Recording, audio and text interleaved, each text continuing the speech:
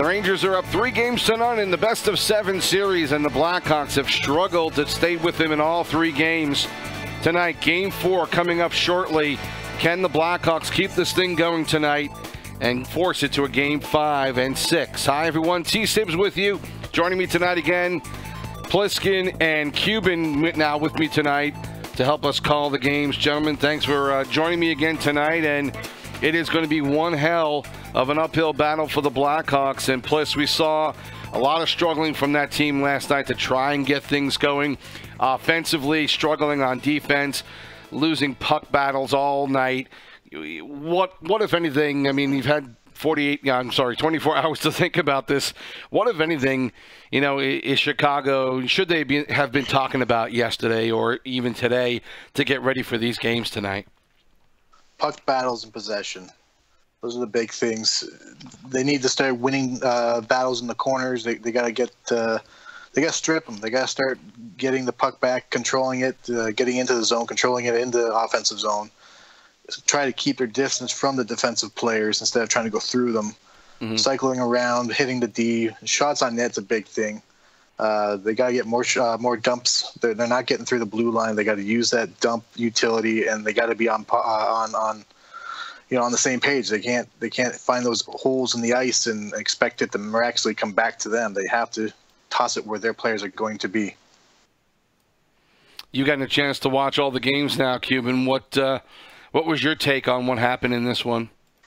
I did watch the games last night, and it was literally the definition of insanity.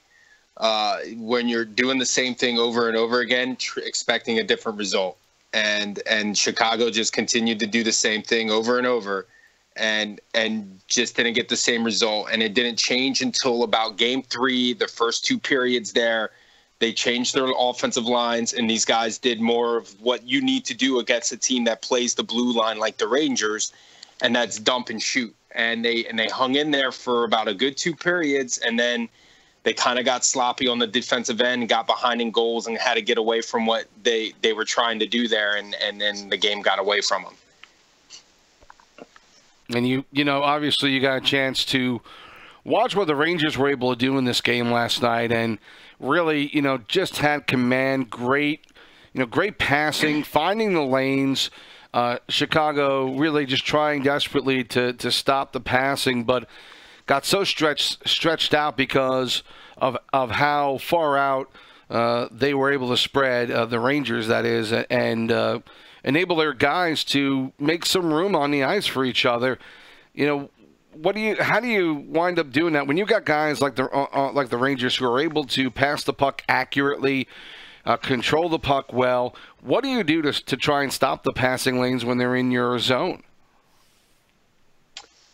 I think that from watching is the key with the Rangers is they have 5 guys on the ice that can carry the puck as well as forwards, and that kind of puts everyone skating backwards and giving them the room when really you should have your 2D guys, play that front of the net, kind of block that pass, and then have your forwards really come back almost like an umbrella, attacking 2 guys attacking the puck while the 1D guy is kind of like shading over, watching that other side for that backside pass. But I mean, it takes time and a lot of patience to get a team to do that, and that's not their style of defense.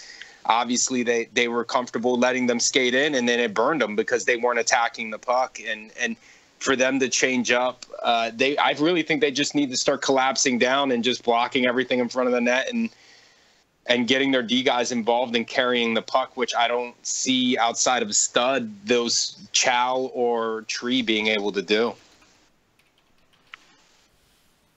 And, again, the Rangers have really dominated in the playoffs. Chicago has had to come back in a couple of them and get themselves to a Game 7 to win. How realistic, guys, we'll start with Pliskin first. How realistic do you think it is for the Blackhawks to win 4 straight against the Ranger team that has been so dominant? I don't see it being as realistic at all. The only hope they have is that the Rangers get sloppy thinking they have it in the bag. They need to come out, and I don't think the Rangers are going to sleep on it. I think they smell blood now, and I think they're just waiting to end the season. They don't want to let this one go on any longer. All right. Cuban, what do you think? I as realistic as Pliss pretty much laid it out. Like they do smell blood in the water. I don't think they're looking past the game. I think they want to end it game 4. 9 o'clock. By 9:20 they want to be celebrating their Stanley Cup championship. I don't want to sit here and say it can't happen, but the way they play, they would totally have to be a different team. Mm-hmm. This game 4, like totally, completely flip everything that they did game 1, 2, and 3, and I don't see that happening. I really don't see it happening with the personnel that they have. They got to where they got playing with these guys, the style they played, and now they came against a team that counters everything that they do well, and they didn't counter at all last night, except for that one lineup for 2 periods, like I said earlier, that I don't even see. And they didn't have the puck possession guys. They just had the dump and chase guys. You know what I mean? So I don't really see this going past game 4. I would love to see Chicago take one and make them, sweat a little bit, but I don't really see after last night that happening.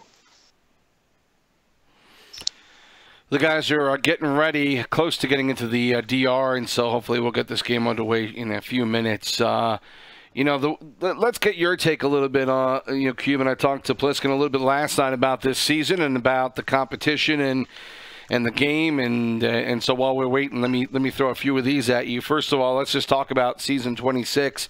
A lot of guys have certainly had some problems with this game since it's been out since September, and I think it's affected how some of these leagues have run. But what's been your take as far as how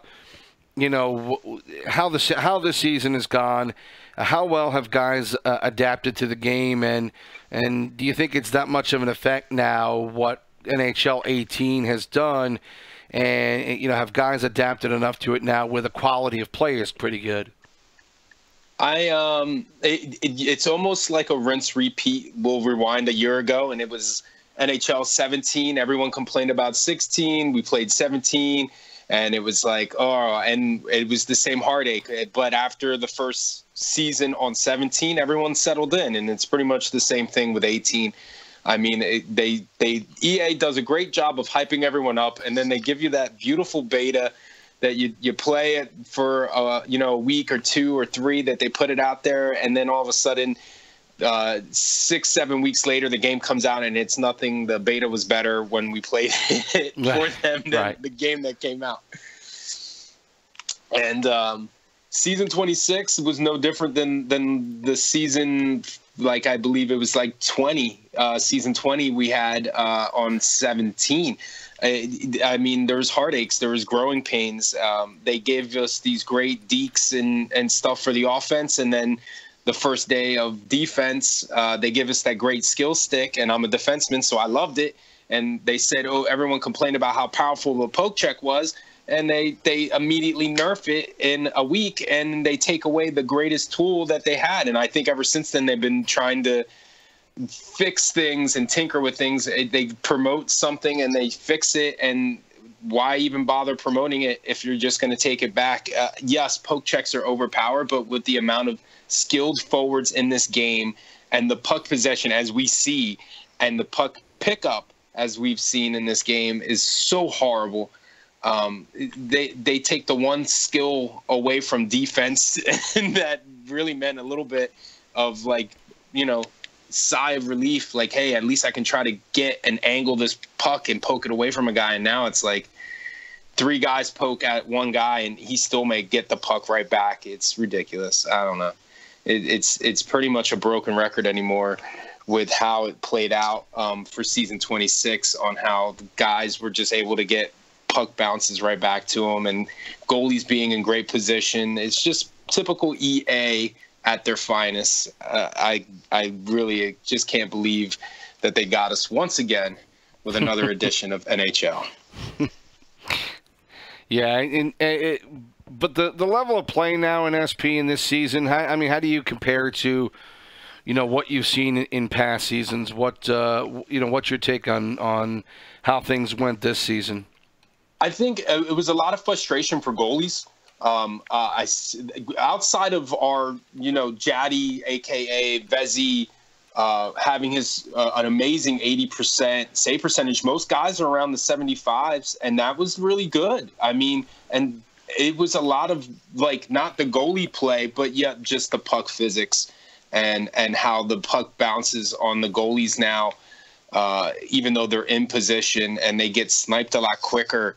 And then also the defensive catch-up, almost like a turbo boost for defensemen when there's a small forward skating past them on a breakaway, how the defense can kind of chase him down really quickly.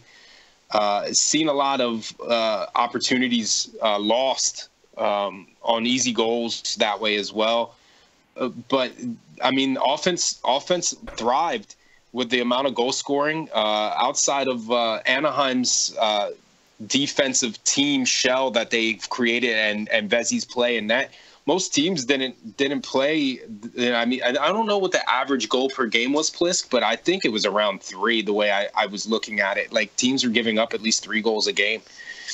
Yeah, that's pretty accurate.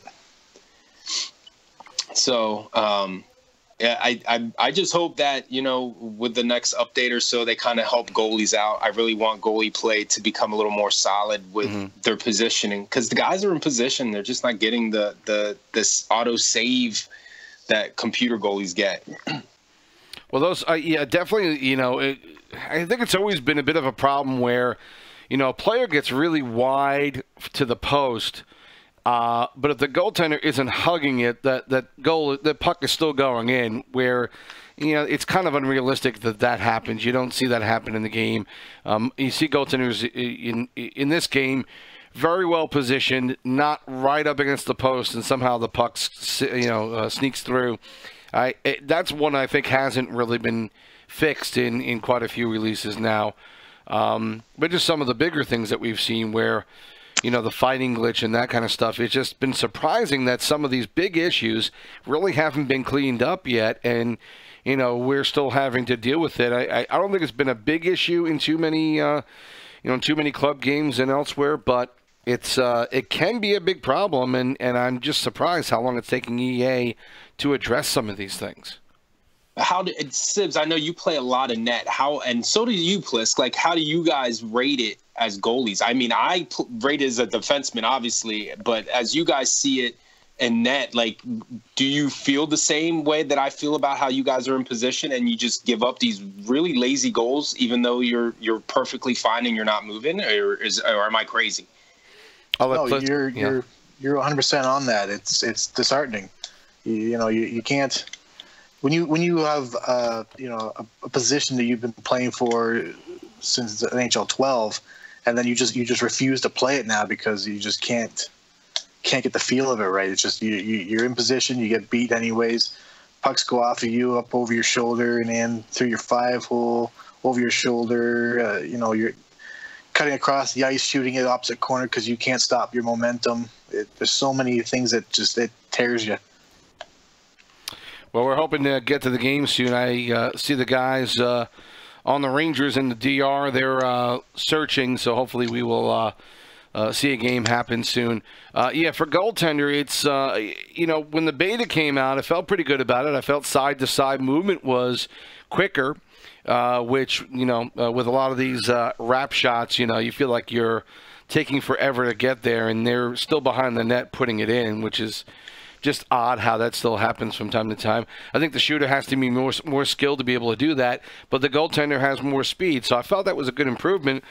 I still feel like goaltender is not bad, but we saw this last night, plus, and I think it might have been the very first goal in the first game where 5-star, it looked like he had the right angle, and a shot that came from the sideboards just slid right by his right side and into the net. And sometimes I feel like I've gone down to the high camera as opposed to the hybrid camera because it's not. I just feel like I don't get the angles right with that camera, and so I think a lot of goaltenders may have done something like that so they can play the angles better. It could be, yeah. I think it ended up being the first 2 out of 3 goals they scored on them were questionable angles.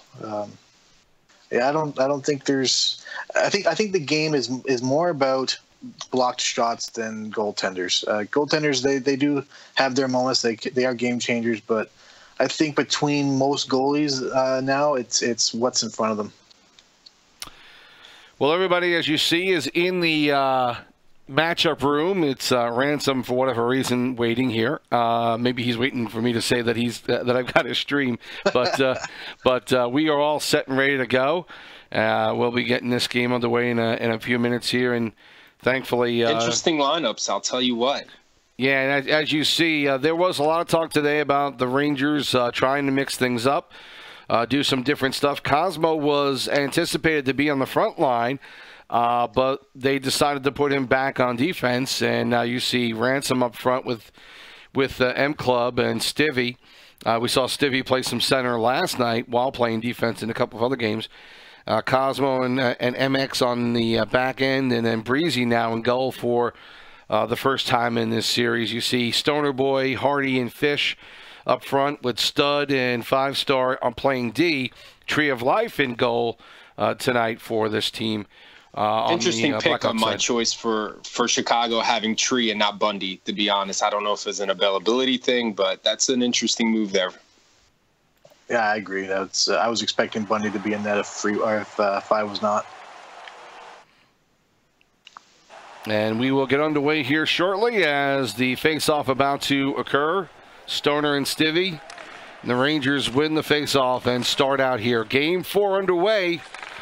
SPNHL Finals, Hawks and the Rangers. Glad you're with us. TSibs, Cuban, and Pliskin with the action tonight. And hopefully we get a good showing out of Chicago right now. A lot of neutral zone play as the Rangers looking to set up. Cosmo losing control, now coming back the other way. Stoner, but he loses, and now Stivvy moves up with the puck. Good deflection there by 5-star to push it forward. Fish loses. Good head pass to Ransom. He's on the break. Tries to go forehand. Broken up partially by 5-star. Nice play getting back on that one. And Tree of Life will hold. Great outlet pass there to Ransom, too. 16-minute mark now in the first period. No score. Rangers with the first golden opportunity. And now Chicago working their way into the zone. Good break up there by M Club. Now coming back the other way. Good quick shot by Ransom. But Tree is there. Stivvy back to Ransom. Good quick shot. Good quick passing again. A lot of what we saw last night, Blitz. Rangers still moving the puck well. Now back in the Hawks. In the zone, Fish. Pass broken up there again by Ransom. Still trying to find a way in. Chicago coming back the other way. Stoner on the break. And a dive out by Breezy to break it up. Wow. Huge save. Already I'm seeing a different Chicago team. They're a lot tighter defensively. This is kind of what we were talking about last night. You know, they finally got somebody ahead of the play who could make a break. They didn't have any opportunities like that last night. Here's Stivvy. Good maneuver of the puck, but holding his ground is Tree. As we hit the midway point of the first period, no score, Rangers and Hawks, game 4. I love how New York's forwards have no problems passing it back to the defense. Like, that just shows that, you know, they're confident with their skill play as defensemen, even though they're pretty much forwards. They got 5 forwards out there, in my opinion. Hardy.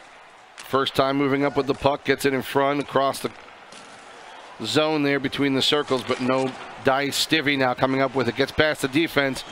Good poke check there. And the Rangers not able to hold on to it. Now 5-star moving with the puck. Up to Hardy, he wraps it in. Cosmo can't get to it first. Good play there. The puck is loose in front. Fish got a good stick on it, but couldn't get a good shot off. That's what they need to do this entire series from here on out. It's just dump it in and then go get it. Like, they can't carry it in. That was their first successful dump in, and they almost scored off of it. So that's definitely got to keep going with. Yep. Coming out of the goal there, and Breezy gets hit on the play. It'll be a Ranger power play as he went out to play the puck and got nailed. I'm not a big fan of that call. That is a horrible call. EA, thank you for nothing. You know, typically they don't make that call, and that's the odd thing. But now right back, the Rangers with their own penalty, so 4-on-4 now. But yeah, normally you don't see that kind of interference penalty against the goaltender's call in this game. Yeah, usually it's just waved off goal for interference, but yeah, it's different to see actually 2 minutes called. Club trying to move in with it, but good defense again by the Hawks. So far, a very different game than what we saw last night. Chicago getting their opportunities. Perfect opportunity to dump in, and they tried to carry, and now here it comes back the other way. Club gets tripped up. That's going to be a penalty on Hardy. He's going to go off for 2, and the Rangers will have 4-on-3 for 8 seconds, and then it'll come back to 5-on-4.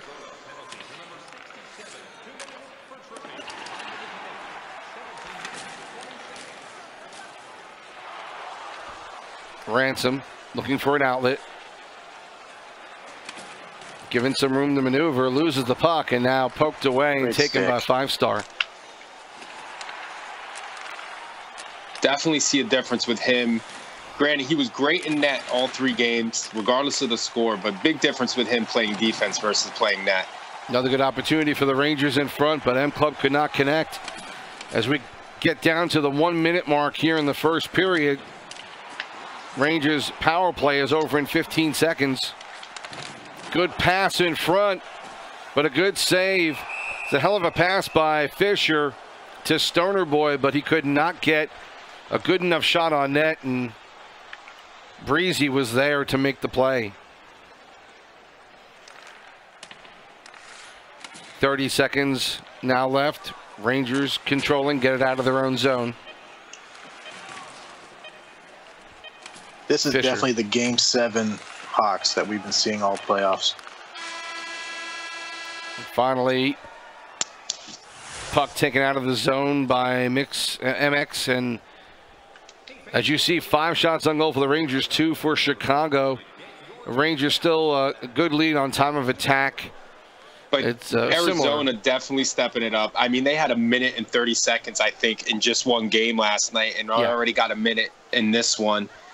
They just got to be a little bit smarter with their passing. Obviously, 58% isn't going to get it done. They're I think they're just hurrying to get the puck up, and they're just turning it over at neutral zone, trying to get it out of the zone. But they'll figure it out if they keep this up.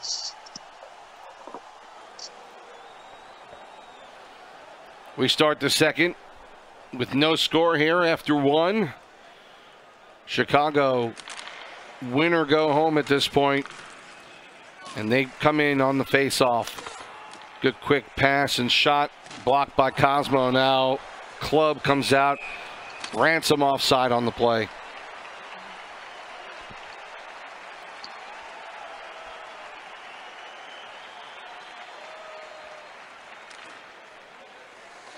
Rangers win. Cosmo can't get control of it. Good hustle by Fish. Now he finds a corner of the net, and that's kind of what we were talking about early on. There it is. A little bit of a crack in the post, and Fisher unassisted with the goal.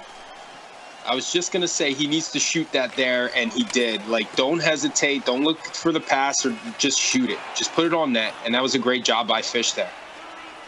Of course, that is also one of those shots we were questioning before the game started. One of those ones the goalie was there, but the game has other ideas. And he looked like he was on the post, too. Like, that he looked like he was on there. Rangers with their 3rd power play of the game have a chance to come back here. Chicago can't keep taking penalties. They're going to give this up like this, playing on the penalty kill the whole game. This isn't a good look for them. Rangers trying to move back out again. Ransom controlling. He's got space. Tries to bring it in front. Puck is loose in the crease, but covered up by Tree. And he'll hold.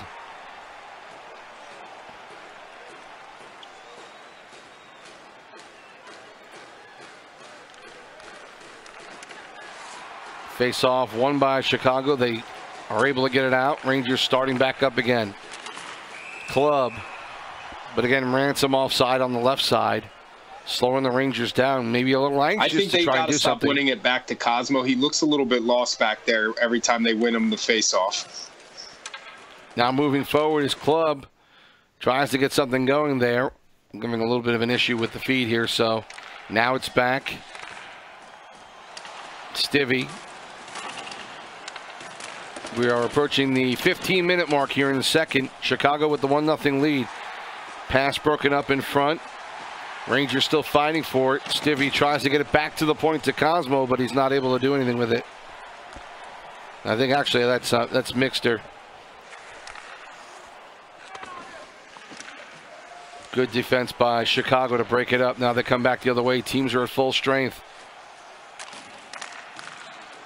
Shot is partially blocked from 5-star. Now the Rangers come out.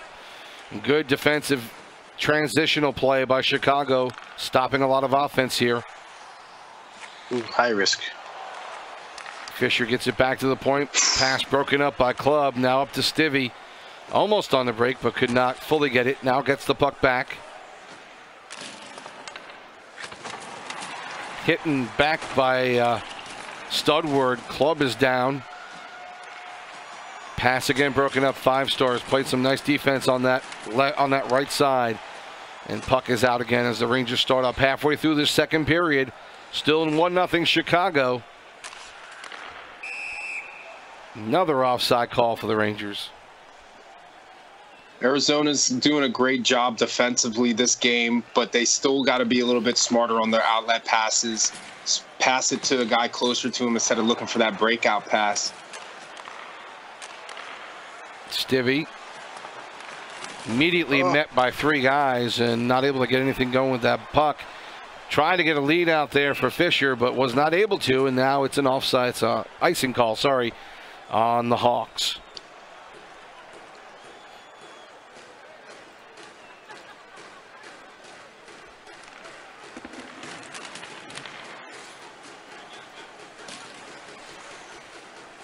Chicago trying to get something going offensively here again. Stivvy breaks it up. No, they're going back to their old carrying it in the ways. They're getting comfortable and going away from dumping it in, and they better switch it back again because they're going to get in trouble if they keep trying to carry this puck in. Defensively, it looks like they're playing the neutral zone trap, which is great if they had a bigger league, so I don't think one's going to do it against the Rangers. Agreed. Good point shot. Puck is loose in front, broken up. Now taken by Studward, and Fish trying to start it out. Good poke check by Cosmo. And now Chicago starting back out again with it. Good play by MX. 3 minutes left to go in the second period. The Hawks holding on to a lead here and really trying to stand the Rangers up in the line. MX fighting for it in the corner, holding it. Now finally back to the point. Stivvy waiting for it. Tries to flip one on. Good block by Fish. He's played well defensively. Has come back to help out his team well in their own zone. Fish doesn't quite get the credit that he deserves. He is a defensive guy when needed to be. But a lot of teams just look for him for his scoring here because of breakaway. Hardy, but coming back to help him out with both Cosmo and MX, and not a good clean break on that one. And so the Rangers stave off another goal. Down 1-0 now after 2 periods. As you see, shots on goal in favor of the Rangers, 7-4. Time on attack still in favor of the Rangers by about 3 minutes. But it has been more of a Chicago game This is, I guess, more what they wanted to do. Plus, they wanted to be able to not be attacking, maybe give up some ground, but take advantage when they can and play better defense on the Rangers. And tonight, it's actually working. Yeah, for sure. This is like I said. This is the team. This is the team that got here. They strike and then they block, they counter, they strike, they counter. As long as they can keep this up, this series can go a little bit longer. Third period underway now, and the Rangers looking to get something going offensively. Passing blocked up. Stivvy almost able to get control of that one. A good quick shot. Blocked by Five-Star. Great position. Now the Rangers start out again. And way offside is M Club. The fact that these guys have moved around in positions can make some of this play and smoothness of getting into the zone be an issue, and I think we're starting to see that. A lot of offsides for the Rangers. Yeah, there's not much possession play from the Rangers this time around. MX controlling behind the net, now looking to move it out. Good forechecking there by Hardy. The Rangers able to move it.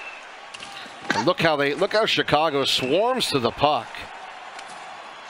They got to stay out of the box, though, Sibs. I mean, this is their 5th penalty. They're playing with fire. You can't give this team chances. Another power play for the Rangers. Can they take advantage of it? Oh, sloppy. Stivvy trying to get in front. Puck is loose. Another penalty on the Hawks, and the Rangers 5-on-3 for a minute and a half now. And that can almost spell doom here for Chicago. Puck out of the zone, and that'll chew a little bit of time off the clock. Now Ransom trying to get it past Five-Star. Don't let him walk in. And there you go. A good quick pass to M Club, and he jams it home. It was only a matter of time, Sibs and Plisk. Only a matter of time. All those penalties. Ransom and MX with the assists on this one. Rangers fighting again. The worst part is that penalty's not over yet. Right.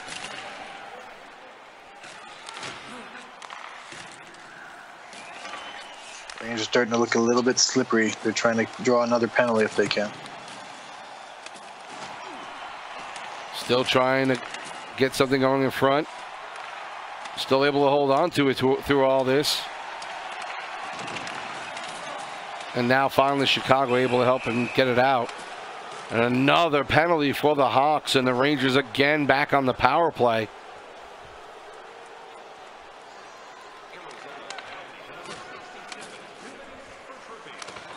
Another tripping call on Hardy. And Chicago needing to kill a penalty here.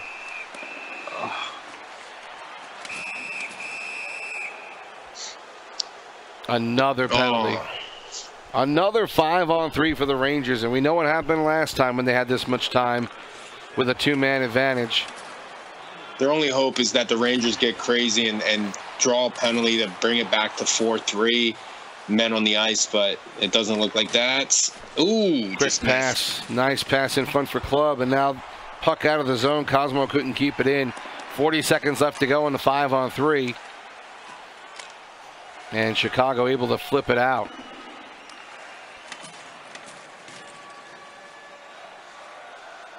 The Hawks management got to be pulling their hair out watching all these penalties getting taken. Pass in front. Broken up. Rangers keep it in. Cosmo with a blast. Good glove save by Tree, and he'll hold.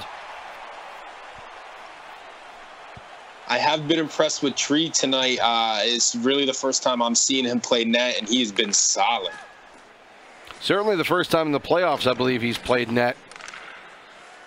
I don't see any stats for him, but I could have that wrong. Rangers trying to get out of their own zone. Club has it. Halfway through the third. Tied game now at 1. Cosmo flips it up. It's intercepted. Good play by Five-Star to make a play out of that one. Now Hardy with a blast and a good rebound attempt. Phenomenal an amazing save off of Stoner. Wow. Breezy with just a phenomenal kick save there. Came across the crease to make that one. Just fantastic play. He said he was refusing D and going net, and he is showing his skills in the playoffs. Salary increase, Plisk. I'm calling it now. Well, he made just the first save alone on that blast, but then to be able to see that shot go the other way and move immediately like he did.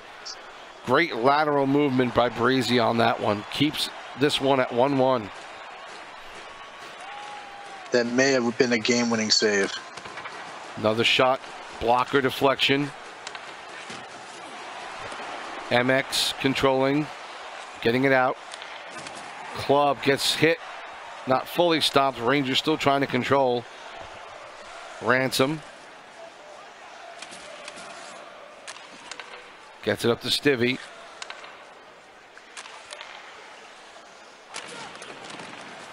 Really trying to find ways to break this defense of the Hawks. Meanwhile, Chicago coming back the other way, poked away. Now Stivvy tries to get up with it. Has some movement and some movement. Club with a beautiful back pass to Stivvy, and he jams it home. And the Rangers take a 2-1 lead. SIDS, we've been saying it all game long. They switched what they did for a period and a half and been trying to carry it in, and they turn it over at the blue line, right where the Rangers' heart of their defense is, and it turns around for a goal.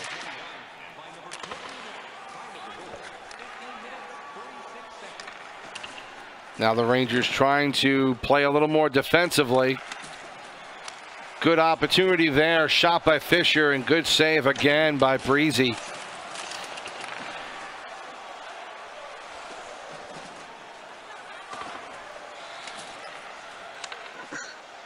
Chicago starting back out again. Under 2 minutes left to go in the third period. An icing on that play. Costly to have that kind of an icing this late in the game. $1:30 left. Do you pull? No. Cosmo trying to get a one-timer off. Could not do it. Puck is loose in the Rangers zone. Now picked up. Good quick pass over to Hardy, and he ties the game up.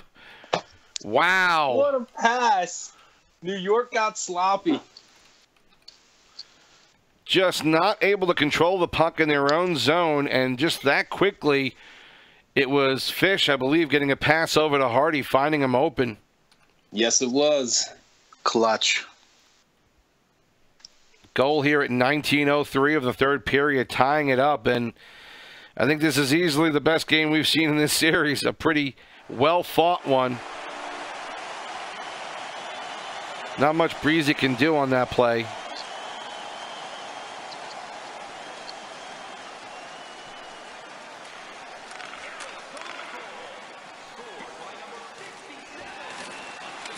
Now Rangers again coming back, trying to make something happen. Hardy from Fish and Stoner on that last goal at 19:03 to tie this one up at 2. 40 seconds left to go in the third, and the Hawks trying to do something else here. Someone's got to help Fish out there. Like, they're all just like statues. Like, go to the puck, make a cut to open space. Don't just let Fish stand there by himself looking for someone to pass. Puck control by the Hawks, and they throw it right back out. And risking icing every time. I guess maybe they're thinking they might be able to catch somebody breaking.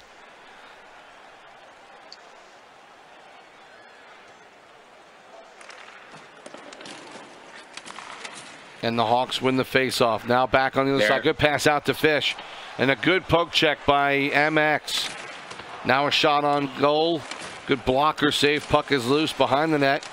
Picked up, and a good shot. Good opportunity there by Stoner, but he can't jam it home. Now Fish in front. Puck is loose and poked in. It looks like Hardy's going to get it.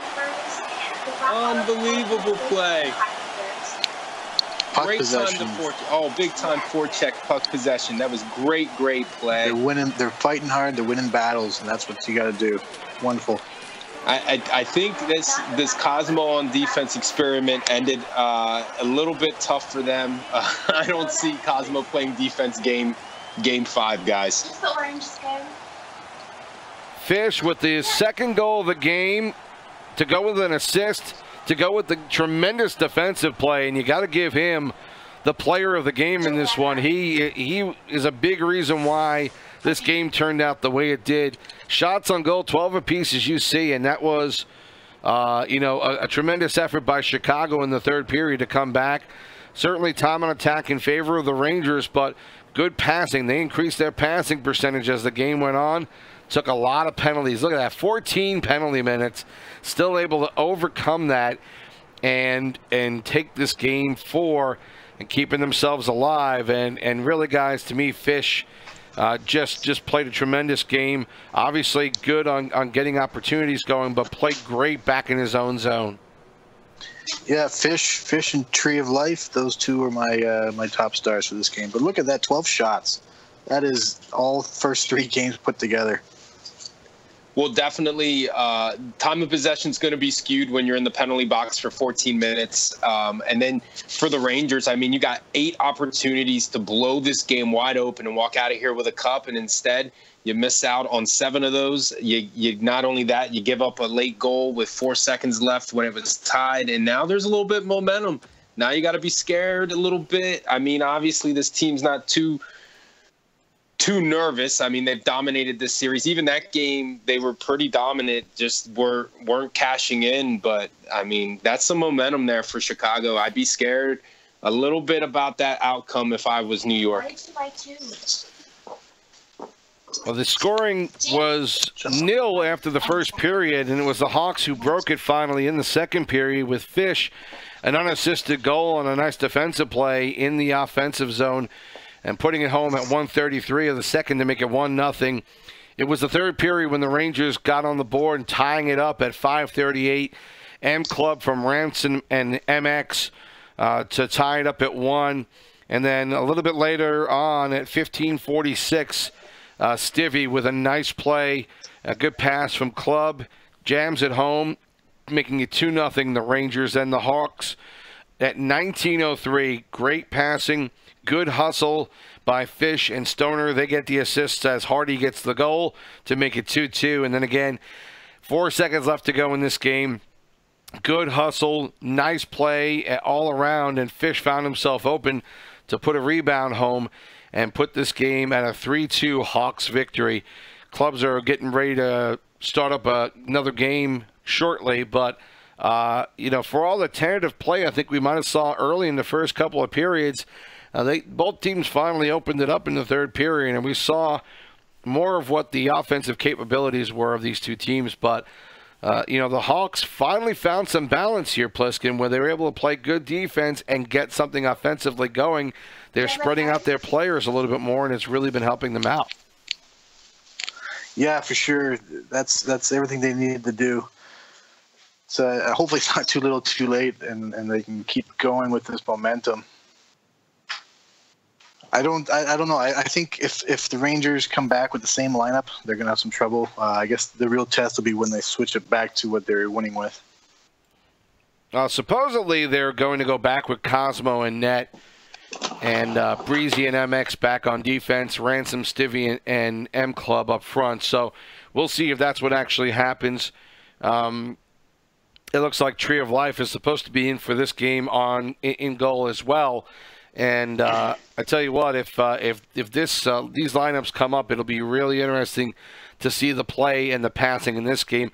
Cosmo may be a little bit out of his element in this one, Cuban, and I'm not saying he cost the game, but it could have thrown off the chemistry and the passing that the Rangers showed last night. It could have actually been a bit of a hindrance to them. Yeah, I totally agree. Not that Cosmo played bad on defense. He really didn't. But in the same respect, he's handling the puck as the defenseman when he's normally a forward. And then on top of that, here it is late in the game in a situation. Most D guys wouldn't try to risk a pass up the boards there. They'd maybe slow it up, maybe look for a pass to their center, and he's trying to force it up a wing like they're up 3 or 4 goals. And here it's a tied game late, and it cost them. 5-star Reddit But 5-star was breaking at the blue line the second he saw Cosmo with the puck, and he intercepted that, made the pass over to Fish, and Fish finished it off. Looks like they're in. Looks like the Rangers are in their dressing room, getting ready to match up. We'll get to that. We'll bring it to you as soon as they are getting the game going. Yeah, it looks like Stivvy, Ransom, and M Club up front. MX, Breezy on D, and Cosmo back in net. So their one-game experiment, not bad. I mean, look, considering what they did, they took this game right down to the last couple of seconds and really had the lead there in the third, but not kidding around in Game 5. I think they want to close this one out and not give them any more hope. And I'm not really sure what the point of the experiment was. They dominated 3 games with a set lineup, and then they switched it up for a game. I don't understand that. Why wouldn't they just hammer it home like they had been? I don't know. Maybe it's a little bit of a sportsman gamemanship from Cosmo not being here before, not being there. Obviously, Plisk, you've been to a few finals. I have a few finals. When you're in a situation to put a team away, you put them away. You don't play games. You put your best guys out, or you play the guys that you need to play and then get ready to finish it off. I don't know. I don't get it. They kind of did it with us. The last series, they did kind of the same thing, running with a bunch of enforcers. Here we smoked them, and then they almost lost Game 5 to us. They ended up getting a late one on us, and then they had a guy drop out, and we had to reset the room, and that kind of threw momentum off a little bit. But I mean, this could be fire. They better come. Like, this is their best lineup, hands down. This is their best lineup. Stivvy, McClub, and Ransom up front. MX and Breezy on D. We need to. They should have kept that chemistry from the night before, and it's kind of off, like SPNHL was saying earlier. Yeah, you hope it doesn't throw them off in the games coming up, because in this next game, because something like that happens. I'm sure they'll get back into their passing lanes, and everyone knows where they need to be. But hopefully it won't be an issue where, they come out of this game angry that they lost it so late in the game and force the play, forcing the play, and that, can wind up, with some bad play if you don't, if you don't have some patience. And sometimes you lose a game like this, maybe you lose a little bit of patience, you start forcing things, and that could wind up being an issue for them. We'll see how they bounce back from it, but this may not be, this may be a bit of a bonus for Chicago, getting them a little bit off their game, and could steal another one here. I also see it for Chicago gaining a little bit of momentum. I mean, you just got smoked 3 straight nights. It was on stream, and now you got to come into Game 4 like, hey, we don't want it to end tonight, and here you steal one. Now in your head, it's like, hey, we've just beat these guys with this lineup. Let's do it again, guys. So I think there's a lot of chemistry and momentum things that are going to come into play, and we'll find out early on in this game with the Rangers if it's going to bite them in the butt, how they played that last game. We need to see a lot better discipline, though, from Chicago if they think they're going to pull it off against their top line. Yeah. Not just on the penalties, but on the power play, too. Like, their special teams are struggling. They still have not scored a power play goal in the playoffs. I believe they're 0 for 15. They didn't even have an opportunity in that game, and the one they did have was a nullified one because they had taken a penalty, and it was gone. Yeah. Hey, listen, how much of a difference do you think it is to have Tree in net and 5-star on defense? I like the way 5-star played D, and certainly Tree more than held his own, played phenomenal there.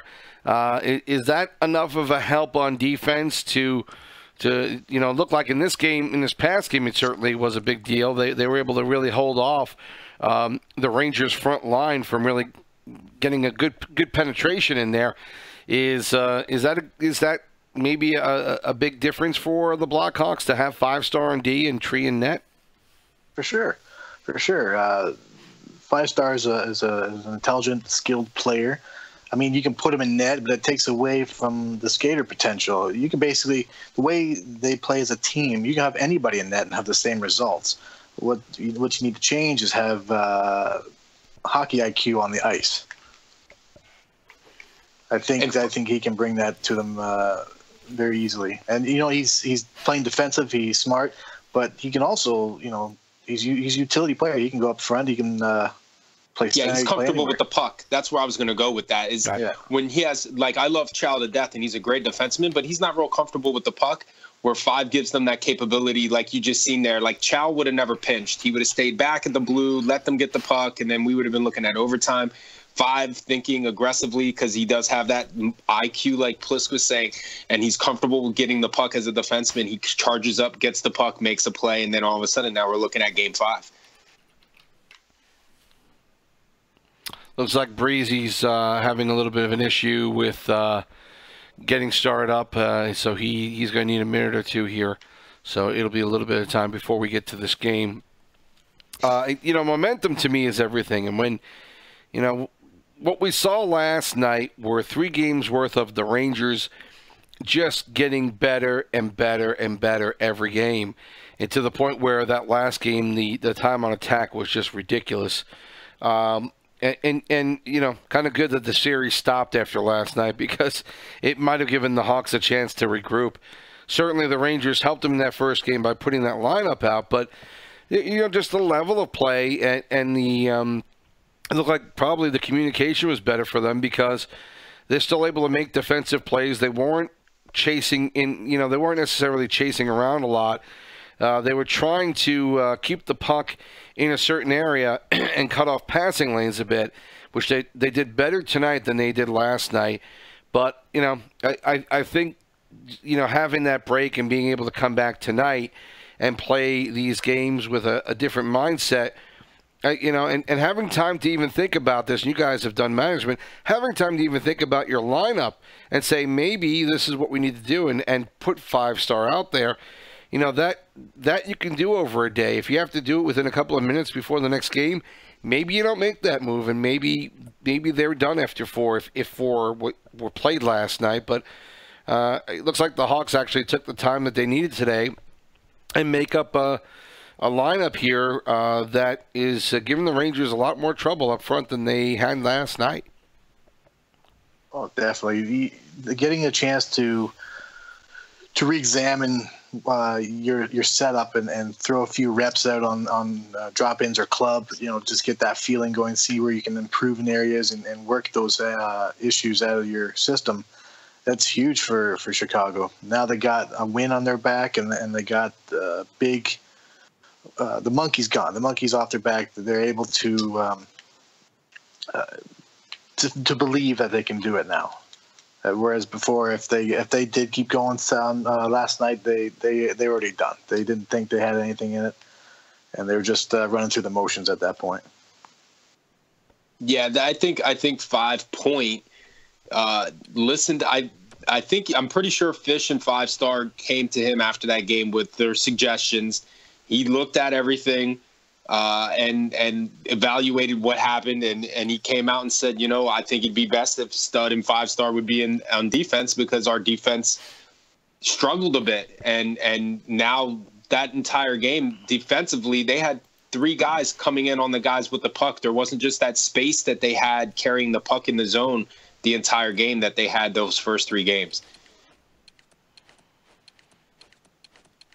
Well, you can see the teams are getting set up.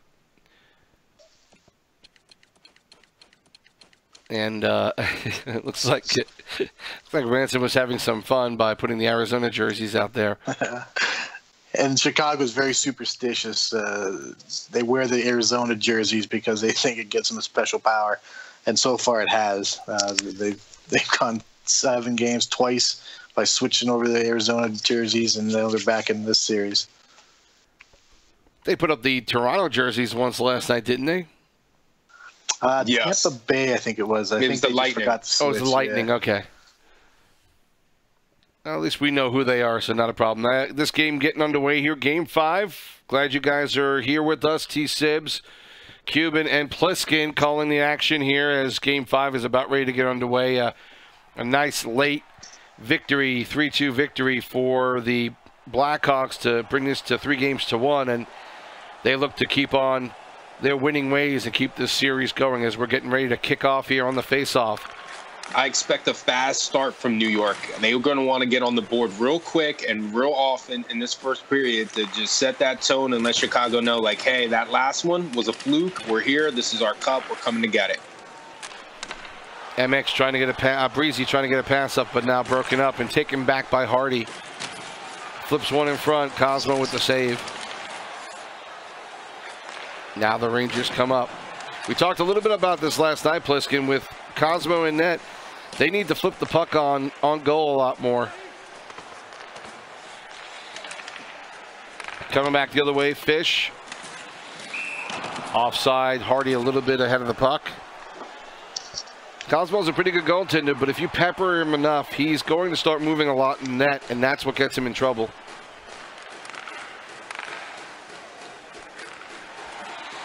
Rangers not able to get anything going.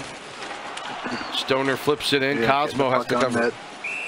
Yeah, just get it on net. See what happens. And I don't think we're going to see Mooner anymore in the series, so it's going to be all Cosmo or Breezy if need be. Shot in front, blocked by Breezy. Now he gets it up. Club now, breakaway. Good save. Great save by Trey.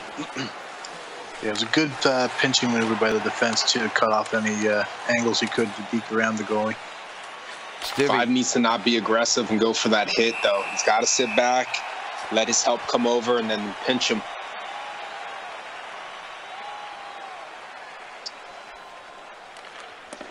Face-off won by the Hawks. They try and get it out. Club keeps it in. Nice play on the board. Stivvy. Hawks started out. Good lead pass to Fish. Throws one wide of the net. Stoner finds another dump in, another possession, another chance. Yeah. Shoot it in on them. If you don't hit the net, look, you had a guy there. You kept possession. They didn't do that last night. They're doing it tonight. They got to keep doing it. Rangers starting out. Breezy still with the puck, not able to hold on to it all the way, and Stoner gets it. Puck out of the zone. Fish able to get that one. Good pass by Hardy. Back to the point. It's out of the zone. Delayed offside as the Rangers will control and start back out. That's frustrating there for the defenseman. Now back the other way is Fish. Kicks it in the zone. Hardy tries to put it behind the net. Dangerous pass up front, but Stivvy gets it. Nobody from Chicago there. Ransom. Stivvy looking to cross it. No, he fakes it, puts it on net and scores. Got Tree moving a little bit. Nice play by Stivvy. He's got to trust his defense. He's got to trust the guys that are going to block that pass. Got to hold his post.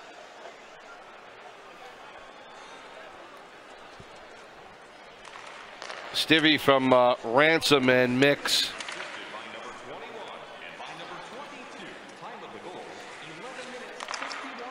.11:51 as you hear on the goal. The Rangers take the early lead.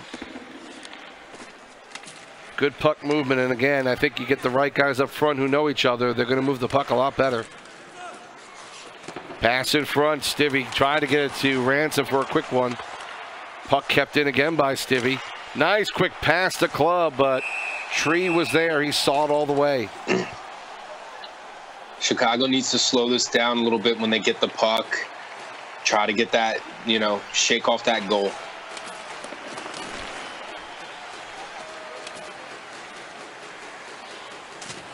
Good hit on Hardy there.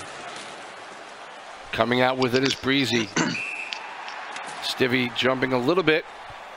Hardy should have dumped it there. They've been doing it the entire first period. Now they're down a goal. Don't try to do it yourself. Dump it in. Stay with the game plan. You'll get your goal.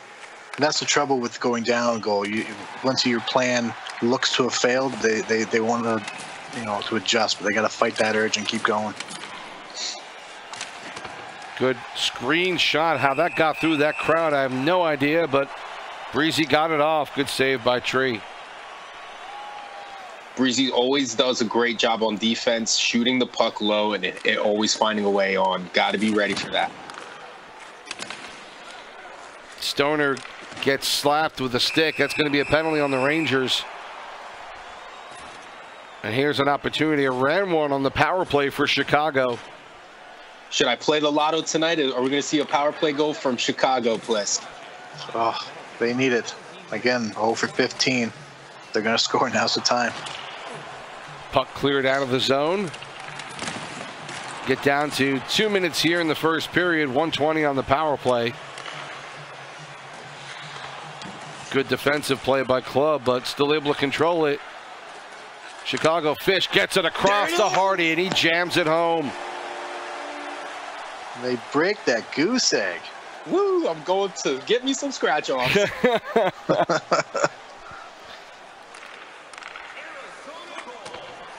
Hardy from Fish and Stoner to tie this one up at 1.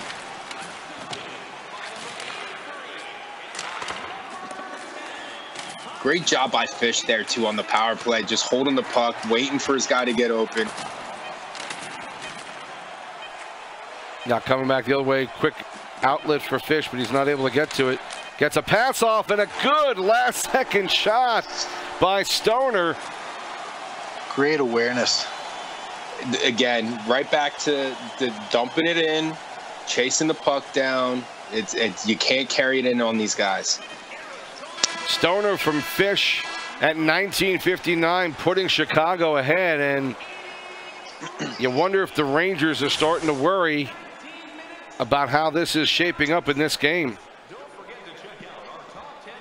You definitely could tell Breezy's a little bit off, a little bit delayed on his motions. I don't know if it's his internet. I don't know if it's maybe him not playing defense the last game, playing net, and now transitioning a little bit, getting his eyes set. We'll see in the second period, in my opinion, but definitely the momentum is shifting, guys. Stevie had the first goal at 11:51 on assist from Ransom and MX to make it 1-0 Rangers, but coming back here late in the first, Hardy from Fish and Stoner at 17:24 to tie it up, and then Stoner, the last-second goal on a pass by Fish to put the Hawks up 2-1 as we start the second. Good play in front. Stevie with a good pass and a nice shot by Ransom, but Tree was positioned. Save and a penalty drawn. Now the Rangers are going to wind up having to kill one as a delayed call is up. Momentum swing is big in this series right now, and the Hawks seem to be getting it going their way now. Stevie going off for tripping. So you lose some defensive prowess on this penalty kill.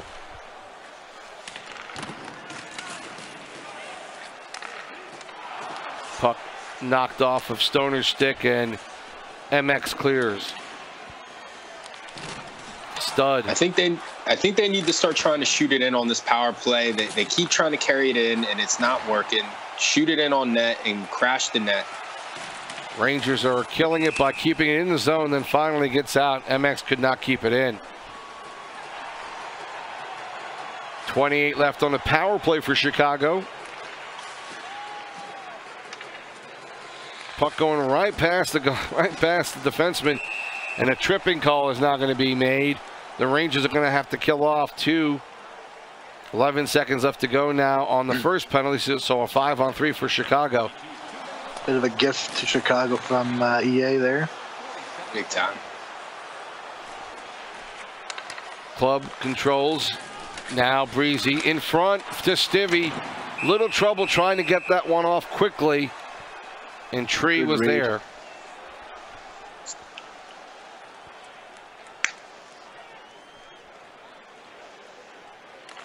Rangers almost winning that one clean. Chicago clearing it down. 1 minute left to go on the power play for the Rangers. And good play in front there. Hardy with a shot on net. Looking for a rebound. Cosmo covers it up. Looking to catch him sliding over, anticipating a one-timer there. It's a good shot option. Yeah, Kaz did come off there real quick, but he came right back on it as soon as he seen it. 30 seconds on the power play as the Rangers are trying to kill some time here. Another penalty is going to get called. And it's going to be a 5-on-3 for 21 here for Chicago, and another full man advantage. Now the penalties coming in for the Rangers one after another. Frustrations are setting in for the Rangers now. We haven't seen them play this poorly yet. Fish controlling behind the net.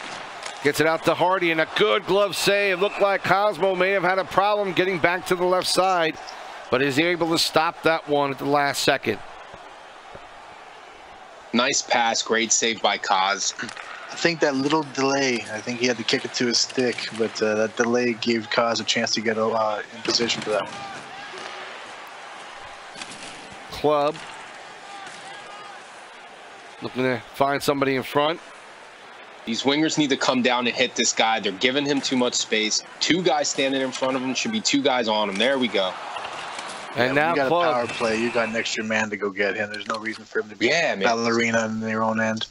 Should be one defenseman in front of the net and the other D guy and the winger on top of that other guy with the puck.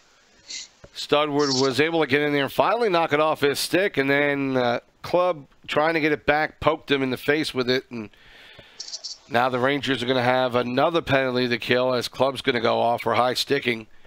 As soon as we start back up here again, as you see, Rangers 8-7 shots on goal advantage, but they're just not getting the kind of responsive offense they were getting last night.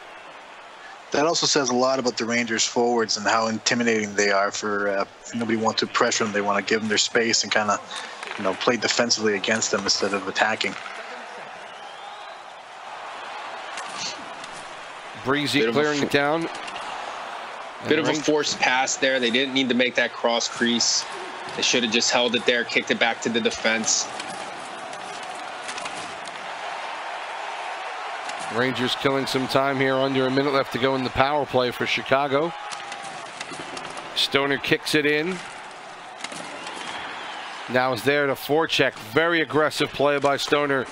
Good pass in front, but the shot is blocked by Breezy. Hardy trying to get it, but Breezy gets it up to Ransom.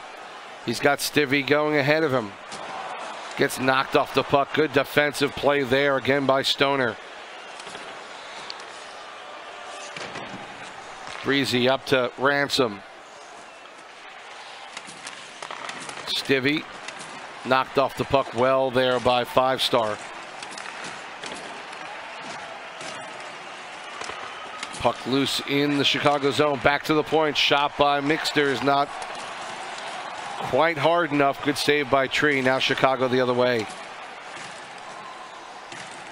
8 minutes left to go in the second with the Chicago Blackhawks up 2-1. The Rangers still looking to close this series out. We're seeing Chicago kind of returning that neutral zone blue line trap back to New York, and it's absolutely working. And Chicago just needs to stop trying to carry it in and start shooting it in again like they did for those first period and a half now.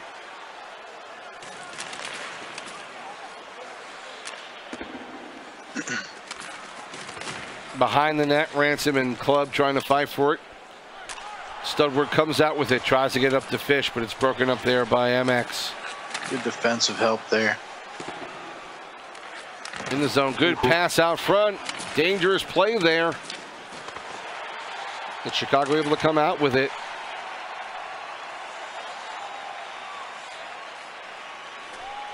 Club, not a Breezy. Gets it in front to Stivvy. He's got a good opportunity there. Puck is loose. Good shot by Ransom, but a slide over by Tree, and he makes the save. The guy's got ice water running through his veins. That was a great save. Chicago wins the faceoff, throws it all the way down. This will be an icing. As we're getting up to the 2-minute mark here in the second period. No scoring so far in this period.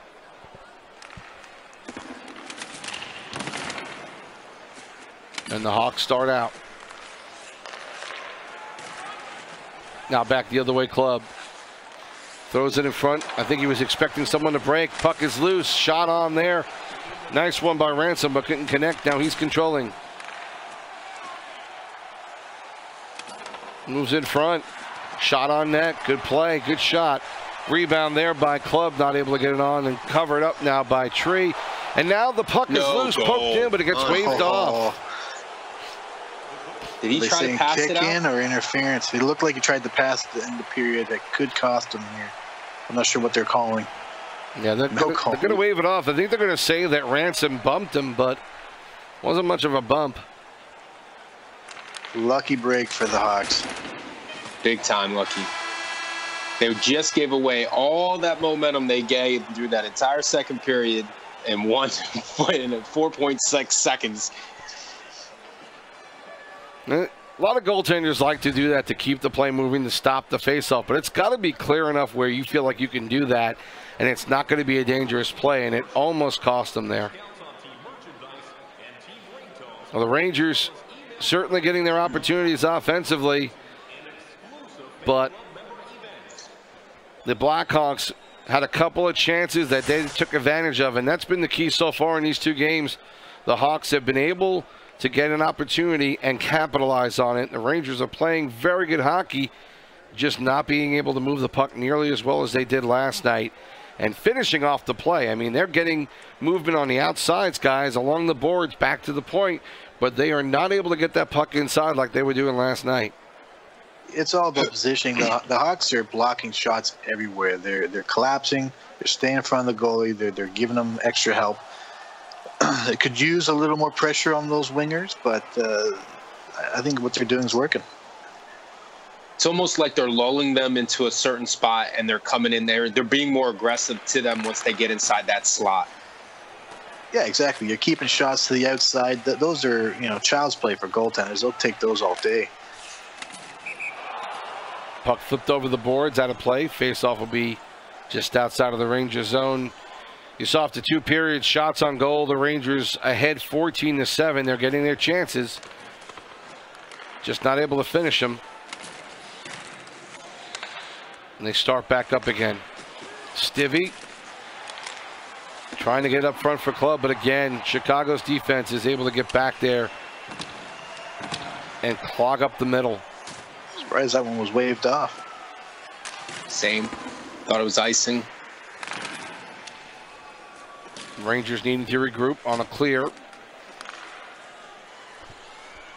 Ransom. Good defensive play. Fish is back again to help out. Moves out with the puck. There Hardy it is. throws Shoot it in. Good job, boys. And that'll be a penalty coming up on Stoner for that hit. What a garbage penalty. EA, what are you doing? Ransom trying to control it. He loses control. Penalty finally called, but yeah, that looked like a clean hit. I have no idea. I mean, the puck was right there. Anyway, it'll be a Ranger killed off 8 already. What's one more? Yeah.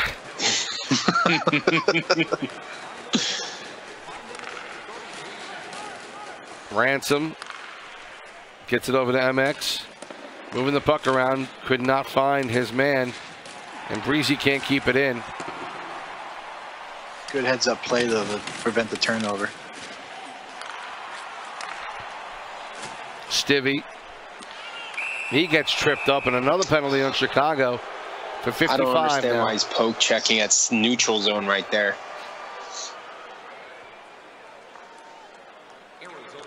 Golden opportunity here for the Rangers now. Can they control? Chicago pokes it out. Hardy, and another poke by Hardy to send it deeper. If only he trusted his momentum on that one, he might have had a break. Club to Stivvy. Rangers set up. Good opportunity there for Ransom, but a block by 5-star. And now puck just cleared out, and on a break coming the other way is Stoner. He's got Cosmo beat on the right side. And it looks like they lost Breezy. What a heads-up pass.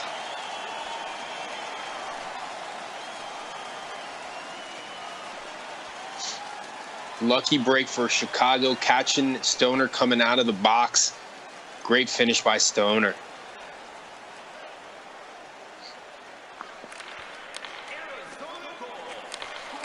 And so now it's a 3-1 lead on the shorthanded goal by Stoner. Losing Breeze is a big big shot to take, too, to be able to exploit that defensive player on that side. Ransom. Stivvy back to Ransom, and now another penalty going to be called. The Rangers with an opportunity again. Now is not the time, Chicago, to be sloppy.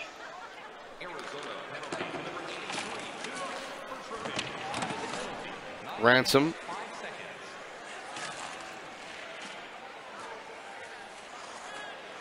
Still controlling, trying to find something open.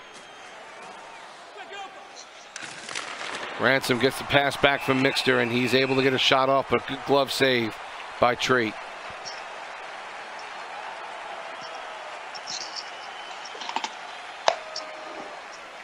Breezy was having issues before the game started, and not a surprise that he dropped here.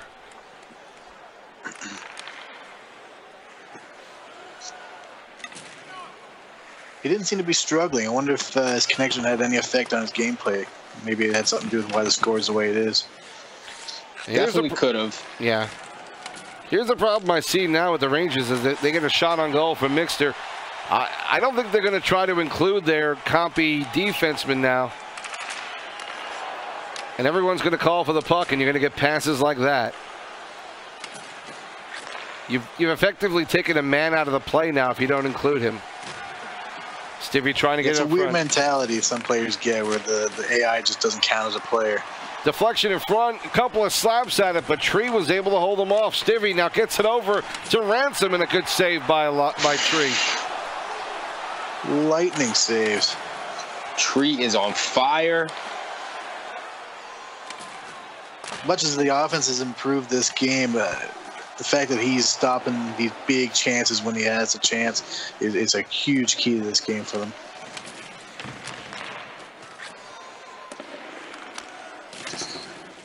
We're approaching the 5-minute mark left to go in the third, with Chicago up by 2. Looking to hold on. Stivvy trying to get it up front. Nothing doing, but a penalty is going to come against the Hawks. I just don't understand that one. What were they trying to do there? They had possession. Yeah, I think 5-star is going to get called for this one. What did he do? I totally didn't even see what he did. It would have to be interference at that point. It was a couple of players grouped together there, so it was kind of hard to tell what actually happened. But you see the Rangers 20-8 now, shots on goal. 6-1 so far in this period now in favor of the Rangers. But that one shot was on the breakaway by Stoner to put them up 20 shots, but how many were quality? I mean, there was maybe four really good chances. Scoring chances. Yeah, I was just going to say that. Thrown on net because I think the Rangers are feeling desperate now. The roles have reversed completely.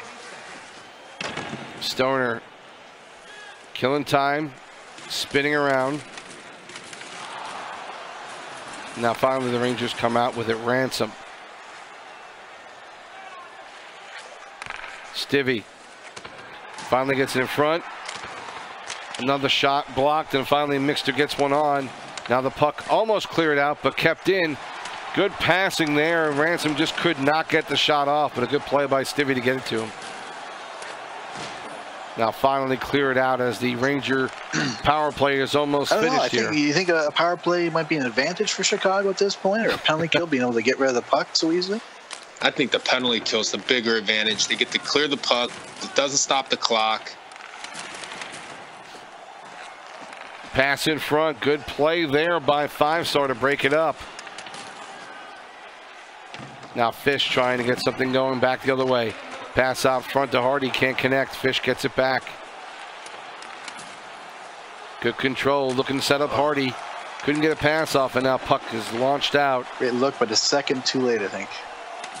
45 left to go in this third period. The Rangers need a quick goal right now. Stivvy gets it over the club, and a good shot. Great anticipation by Tree. Been on them all game long. I feel like he's reading their mind. He really has been able to see where those shots are coming a split second ahead of time, and he is in position every time. It's too bad they skipped that highlight reel here in that one. Yeah, he did. He's literally been the MVP of this game Granted, they weren't quality shots, all those shots, scoring chances. But, I mean, he's just been so calm and cool. He's not flopping around. He's just in front of the puck. 24 seconds left to go. Deep in the zone. Face off. The Hawks win it. Kept in. Now Stivvy gets a shot off. Good save again by Tree. Puck poked out. No icing call. The Rangers, with 10 seconds now left to go, would need a miracle, as the Hawks are about to bring this one to 3-2. Another great glove save by Tree. You call that the exclamation point to this game 5. That's right there. 10-1, third period shots. Rangers in favor. But that one was all they needed to stay in front. A 2-goal victory by the Blackhawks. They win this one 3-1 in game 5. And suddenly they find themselves right back into it, guys. Just an amazing game. The Rangers starting out the scoring in this one. Stivvy from Ransom and MX at 11:51 to make it 1-0. But the Hawks came back later in that first period. It was Hardy off a great pass by Fish, and assist to Stoner as well at 17:24 to make it 1-1. And then Stoner, a couple of minutes later, with 1 second left to go in the period, on a nice pass by Fish, jamming one home and making it 2-1. And from that point, you felt like the way that they were playing, that Chicago was really in control of this one. But the second period had no scoring after 2 periods. The Rangers were ahead on shots on goal, 14-7. They wound up out shooting Chicago 24-8 in this one, and yet still not able to get enough good opportunities. But I tell you what, 24 shots, guys, is 24 shots, and they don't get stopped, all of them, all but one, if you don't have a solid goaltender in there. And Tree, like we mentioned, you know, if you're gonna talk about a star of the game, he is it right now for this Hawks team. Oh, agree 100%. Phenomenal play. I don't even know why we're still here. I'm so surprised we are still in this this stream right now. This is crazy. I'm not sure anyone really thought that this was going to go even 5, but it has been an interesting, an interesting battle tonight. And man, I know what the Rangers did last time. You mentioned it, Cuban, in the last series. Putting out a team of all enforcers. You can't get, when you get to this final round, you can't get cocky. You can't put out a team of a mixed-up lineup, seeing what would happen. They played well, but they wound up giving Chicago an in. They wound up opening the door a little bit, and now Chicago played a tremendous game in Game 5. Absolutely. You said the momentum was starting to shift a little bit after that game. Again, like, you're in this position, you dominated the one night, just come and dominate one more game. Don't look at tonight as, oh, we got 3 chances to win one game. Look at it as, we're going to win this game, we're going to raise the cup, and it's over. Like, instead, I don't think they took it as a throwaway, but they just said, hey, let's have some fun. And now it's turned out they're playing a Game 6, and everything is on Chicago. They're totally controlling tonight. It's a tale of 2 teams, and New York's got to be looking at themselves. Breezy's having issues now, and all of a sudden you're scrambling maybe to find another D guy or maybe to find another forward to move Ransom back. I don't know what's going on with Cosmo and those guys, but if they expect to win the cup tonight, they're definitely wrong. Chicago's got second thoughts, and that cup's not going anywhere yet. Well, the question is, if they're, if Breezy is having issues, and do you go with him? Do you take a chance that he's going to drop out and you're going to wind up losing a man? I mean, what do you do in a situation like this? If they have the roster depth available tonight, I would sit them. They have incredible defensive team. They have more than enough capable players to play the defensive position. If there's even a slight risk of giving Chicago a chance to bring this one to 7, I would definitely sit Breezy and put somebody else who is more reliable at this moment. Yeah, you got Stivvy, who's been playing center, who's amazing. I'm not taking anything away. But you got Stivvy who can come back and play D on right now. You got Ransom who can play D. You can put him back there right now. You definitely got the offensive power with MJ and Voltage. I'm sure he's a phone call away. I know MG's unavailable, but I mean MJ or Voltage are easily a phone call away to bring back in to play, put a capable forward up front, and bring either Ransom and Stivvy back. I would not risk Breezy with connection issues, especially if you gain momentum in a period, he drops out, and now you got to pick him back up, and you start the game literally over, regardless of what the score is, and give Chicago a chance to gain momentum and either tie the game or increase a lead. I'd sit him if I had the opportunity to, if he's still having issues. Yeah, I think Voltage is available, and I think he is somebody that you got to consider bringing him in. Obviously, he played well last night, and you know, if you've got somebody who's there, who's got a good connection, yeah, I'm sure Breezy is going to think that he can come back and be okay. But you know, that's a tough one not to. That's a tough one to go with if he's having issues. And it looks like that's what they're doing. It looks like they're doing Ransom, Voltage, M Club, MXer, and Stivvy dropped back down. They must have been listening to the stream because they're bringing in the big guns from last night. It looks like.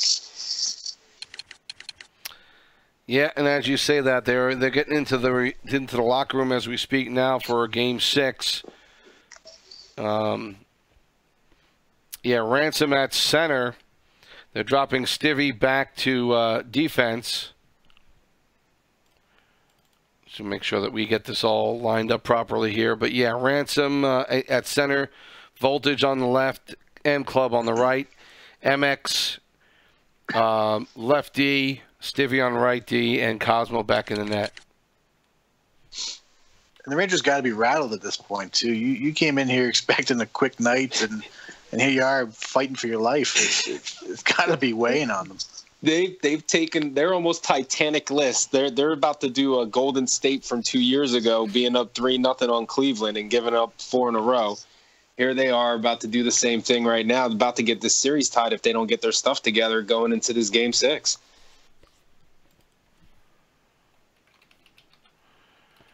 Again, these guys are getting lined up. I think they're hoping to get this game started soon, so hopefully we'll have something to talk about with you here.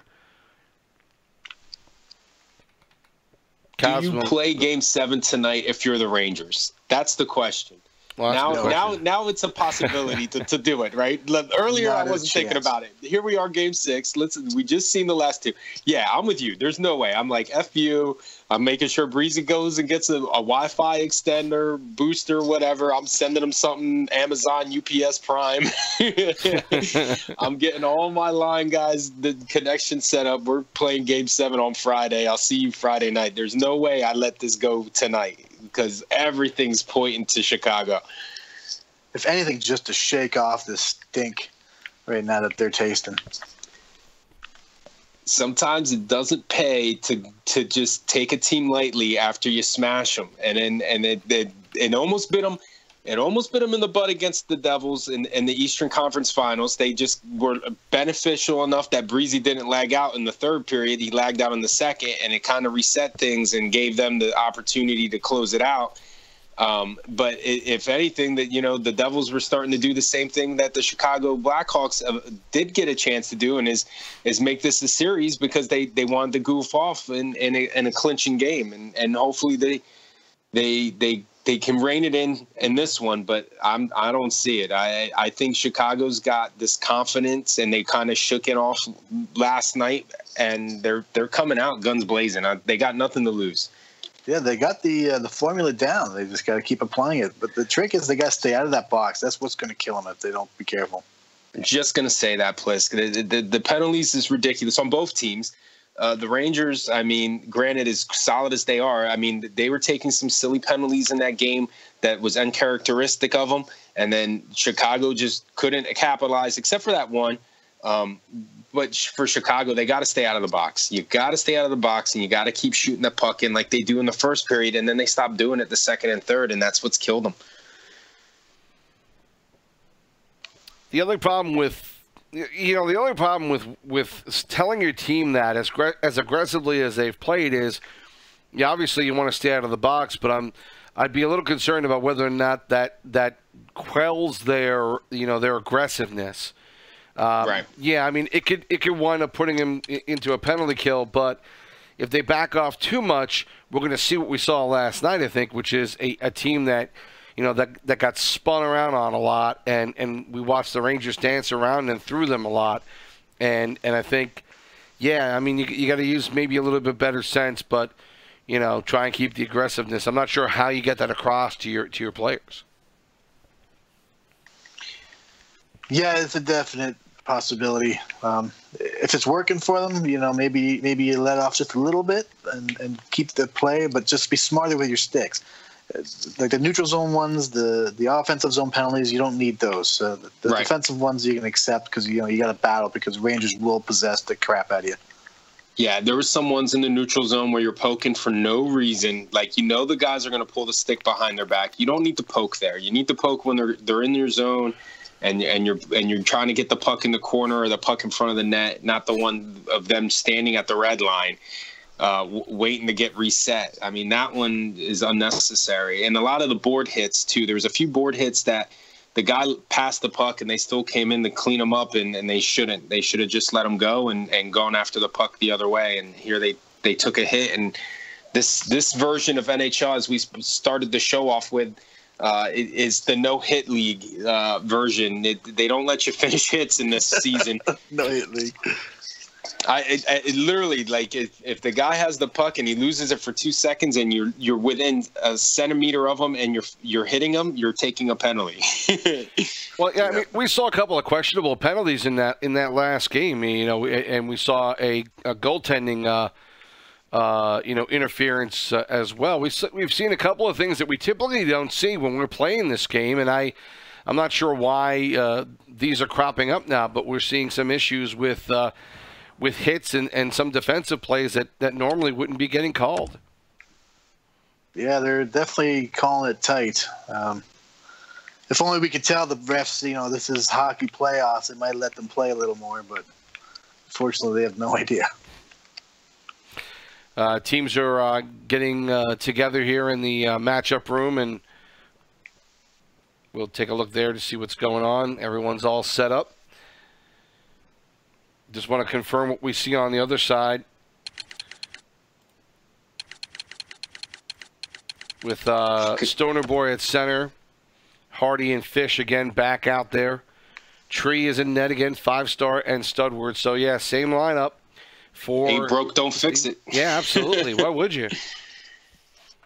And like I said, I keep seeing it every game now that we've seen, both games we've seen tonight. 5-star in defense and Tree in net is a great combination, and you see it more now after this game 5, where 5-star is, as you guys mentioned, his intelligence on the ice really took forward, and keeping the Rangers off the board for all but one goal is incredible considering what we saw last night.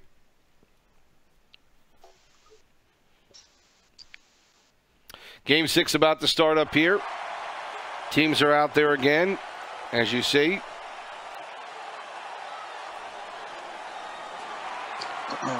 Getting ready to face off here in period number 1 of Game 6. The Hawks staying alive, down 3-2. In case you didn't hear him, he said Game 6. Yeah. We're still playing, folks. Hopefully you didn't turn the TV off and go to bed and think this was over after last night. Chicago came to play. Rangers getting a little bit of an opportunity, and on that first play, dumping it in, which we haven't seen them do much of. Maybe something they need to do a little more in this game. Good quick passing. Fish looking for Stoner behind the net. Tries to get it out front. Can't find Hardy. Good block there. Good defensive play by Ransom as he now controls Voltage. Gets it across. Good play. Good shot by Club, but Tree is there. Ooh, he is reading those plays very well tonight. It's almost like they might have to start shooting short side to kind of throw him off. Maybe even go the other side. Chicago controlling off the faceoff. Stoner to Fish. Good defensive play again by Ransom coming back. This seems more of a New York Rangers going to the well one too many times, and now the bag of tricks are all out, and they need to switch bags, or they're gonna pretty much be facing this team in the next 2 games. Obviously this one, and maybe a Game 7 if they keep this up. Stivvy. Back in the corner of the club, gets it out front to Voltage. He can't get a shot off. And I'm noticing Voltage has to learn that what they've been doing on defense, the Hawks have been doing that trap, and he had a little bit of a stutter trying to get up to a pass. He needs to be a little bit quicker on that. Voltage, he gets tripped. Penalty coming up. Pass in front, no good. Club trying to control, gets it back to Stivvy. Puck on net, finally touched up, and the Rangers will get the first power play of this game. I actually think that was a really good penalty there. Poking that puck, getting it out of there, taking the penalty, keeping him off the board. Stivvy starts out, Voltage to Ransom. Good defensive play by Fish. All the way around to Club. Tries to find Ransom, but can't. Now the puck cleared out. Almost a break there for Hardy. Now he clears it out. Just wide of Cosmo. 30 left to go on the power play. Ransom to the right side. Good break up there. Nice play by Studward to clear it. Penalty is over. Teams are 5 aside, and the Rangers not able to capitalize on the first power play. 7 minutes left to go in the first period. No score. Flip on net by Hardy is blocked. Now he's in front. Gets off a shot, but a save there by Cosmo.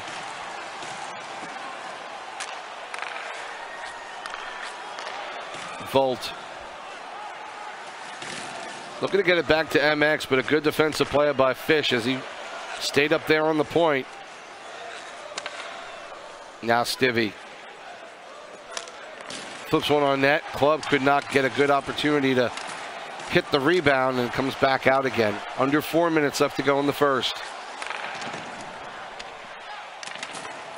Club fought with Stud. Now puck comes out. Ransom holds it. Gets poked off of him. Stivvy can't control. Now coming back the other way. 2-on-1. Stivvy, Stoner and Fish. Stoner gets a shot off, but good save by Cosmo. Now, correct me if I'm wrong, but I believe the Hawks have scored first every game tonight, right? Yep, both games, absolutely. They've taken the lead, which they did not do last night. I think maybe the last game they might have. Yeah, they scored first Game 3, but then New York in the, I think it was the second period near the end there, they kind of tied it up, and then in the third they just ran away with it. Voltage with a great pass in front for Ransom, but such terrific positioning by Tree made that save look easy. Maybe one last chance for the Rangers. Couple of seconds. Point shot blocked off and now cleared out, and this period will end 0-0. Some terrific play on both ends, and these teams are maybe a little tight, but a couple of good opportunities on both sides. Goaltending has been the stopper so far. I would like to see the Chicago forwards not break out so soon. I know they want to get on the board first, and they're trying to take advantage of an aggressive Stivvy that I've noticed so far. But, I mean, you got to still give your guys someone to pass to. If you turn the puck over in your own zone, you're just giving away free goals. See the shots on goal there, 3-2 for the Rangers. Only 39 seconds on attack for Arizona, 3-10 for the Rangers. So nothing quite different yet than we saw in some of the early games. But the defense, again, has been superior, and the goaltending, you can't say too much about it. Even though the time of attack's lopsided, I don't feel that in this game. I feel that Arizona still has control. It's sad that, as crazy as it sounds, they haven't had the puck a whole minute, but I still think they're in control here of this game. It's the composure. They're very composed defensively right now. If you watch them set up in their zone, they're a perfect 5, like on a die. And they move in a wave. They don't break that formation. Voltage out to Ransom. Hardy tried to keep it in, but it's an offside.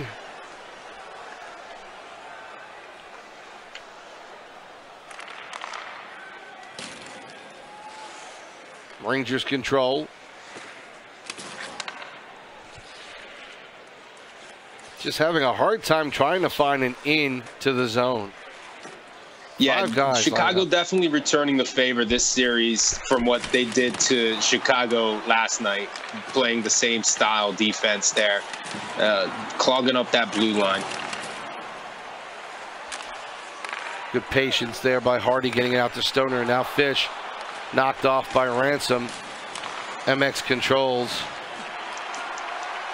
Fish, good forechecking. Delayed penalty, though, they're coming up on the Blackhawks, as the Rangers will try and get something here before it's called. Ransom. Extra man is on for the Rangers. Stiffy slams it all the way back, and you better be careful with an empty net back there. Seen that more than enough times.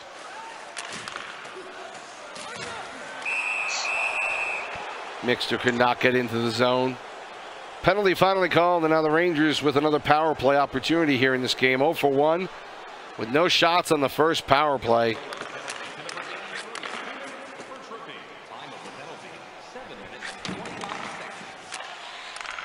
Volt. Great pressure. 5-star, good defensive play, and the puck is cleared out.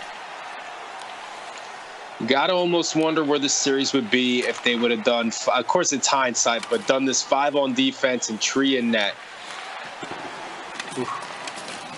Shot goes wide. Rangers controlling again. Club. Hardy poking him, but can't get it away. Stiffy in front for Club, and he scores. Looks like actually it's going to go to Ransom. Again, you take those penalties, you got to expect it to burn you eventually.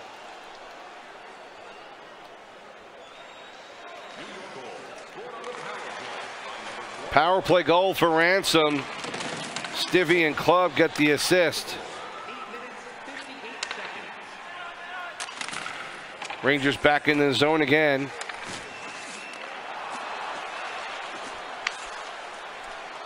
Wielding it, Club. Good shot on net, goes wide. Now back out the other way is Hardy. Rangers strike first in this game 6. And Cosmo way out of position. Not sure what was going on there, but it was flipped on net. What happened to Cosmo? He looked like he might have been stuck on the post there. Yeah, it looks like he was sliding over, and then he didn't get his guy off the post and fast enough to come over to play that pass to Fish. Oh, he lagged out. Oh, he lagged out. Wow. The timing of these lags now, just the worst thing in the world for the Rangers. 1-1, halfway through the second. Again, that goal from Fish, that goal for Fish from Stoner and Hardy, tying this game up at 1 apiece. And if he's lagged... Now, the rule here is they have to reset the game and then let the clock run out to 8 minutes in the first period to simulate the... Somebody's got... Yeah, you got to send that message over to Kazan 5-star and let them know they got to let the clock run down to 8 minutes, and then New York's got to take a penalty here. That's going to be huge. Well, this is going to be fun for for several minutes to try and see where this goes. You know, the Rangers, again, looking like they're getting the momentum going, finally get some good passing, finally make the kind of final pass in front of the net that they've been trying to do for really 2 games now. And now for the third game, they finally get a good opportunity in front and do score. But, man, a lag at this point giving the Hawks a golden opportunity. And smart on Fish to put that one on net and give them a chance to score before time was out on and the puck was held. Absolutely. Fish had great vision there to see that net was open like that, to take the shot instead of trying to force a pass back over to Hardy. And then, again, like just the timing of it's horrible for New York, because now the Rangers literally were dominating this game, and now we're looking at a fresh start, and they got to take a penalty, giving momentum back to Chicago in a way. Be interesting to see if they count that goal. It should. Cosmo looked like he was in net still when that goal went through, because we were both looking at the stream. It looked like his player was still active. His icon was over his guy. So, and I don't know how it plays out when these guys talking, but I would count that goal. Looks like Cosmo may have had some internet issues, and he's coming back, though, so he'll be back in. What is the ruling if Cosmo went out completely and could not come back in net? What's the rule in that situation? Well, the rule for the playoffs is a bit different than the season. The season, they give him 5 minutes. If he doesn't return, it's a forfeit. In the playoffs, you're allowed to substitute another player to fill the role. Wow. Okay. I like to play with the no forfeits in playoffs, but we did unfortunately have one forfeit this playoffs. But for the most part, most of the GMs in the SP playoffs give guys the time to fill their roster and play the game, since it is a series against the same group of guys, right, for that same night. And the games played isn't quite as tight as some other leagues where you only get to play 2 or 3 games in a series. In SP, you get at least one game played in the series, or at least one game scheduled. Then you'll be able to put your next lines out after that, be it the same one over and over and over again, like we've seen tonight for Chicago and for New York up until this point.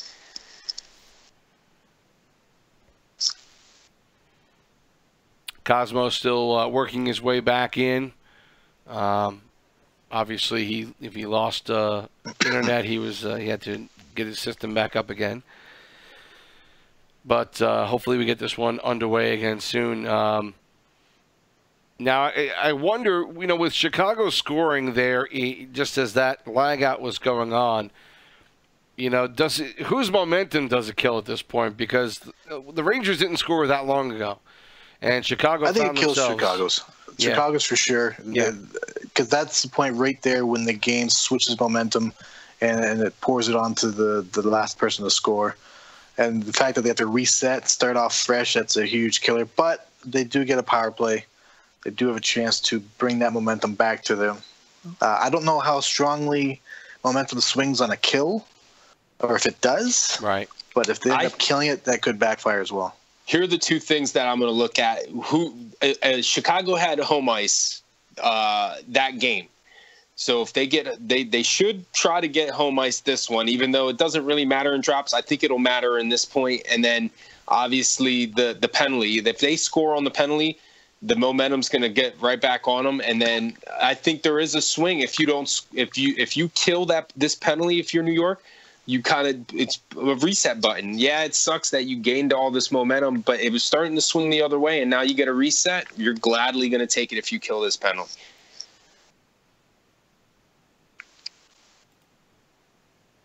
Hopefully these guys stay active enough for the next 12 game minutes to the point that they don't get kicked out for inactivity. Right. Yeah. Although I'm not sure if that happens in private games or not. It does. You will get, and then you drop private match games, you will get kicked if you're not moving around, because it's still technically a drop. Right. In club, it won't matter. So with Cosmo being the one who lagged out, who has to take the penalty? It's completely up to the team. Yep. At this point, I mean, you probably don't want to put your defenseman in the box. I don't know which one of your forwards you would deem the less efficient. I would say Voltage. Defensive. I would say I'd put Voltage in the box. He hasn't played at all. He's kind of cold, and you don't want him out there. In my opinion, with the other guys who've pretty much played this entire night, and now you got Voltage just coming in. Oh, there it is. MX. Volt loves penalty minutes. He's taking it. And that is a smart play, because if you're coming off cold, you don't want to be playing defense in a tight situation. Exactly, and especially in the situation where you obviously Volt has to have noticed that Chicago's not playing the way they were last night. No. So he's got a little bit of adjusting to do in the terms of the game style that Chicago's bringing tonight. So I would, compared to Ransom and Club, I would definitely say Volt, but I don't know who's taking it right now. I think they're trying to get MX to take it. No, Club says he'll take it. Yeah, Cosmo is saying that the Club is probably going to take it. So hopefully the Hawks understand that someone's going to take it.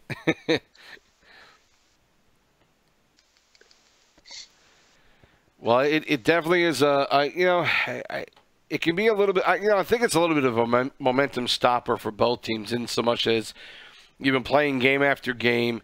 You're still amped up, and now you're just kind of sitting on the bench waiting for the lights to come back on, and it's hopefully not going to be too long before this comes back and we get to see this game played. But I think it slows everybody down a little bit.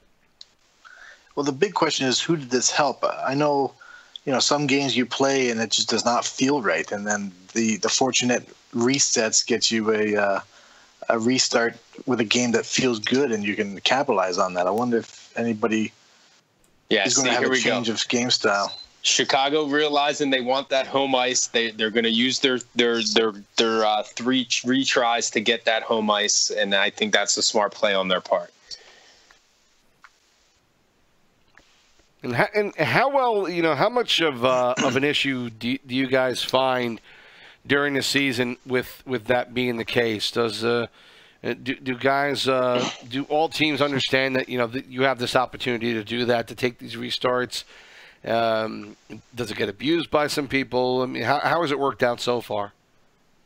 Majority of the time, everyone understands they have that option. It's really only one team that seems to care and utilize that option during the regular season. During the season, yeah.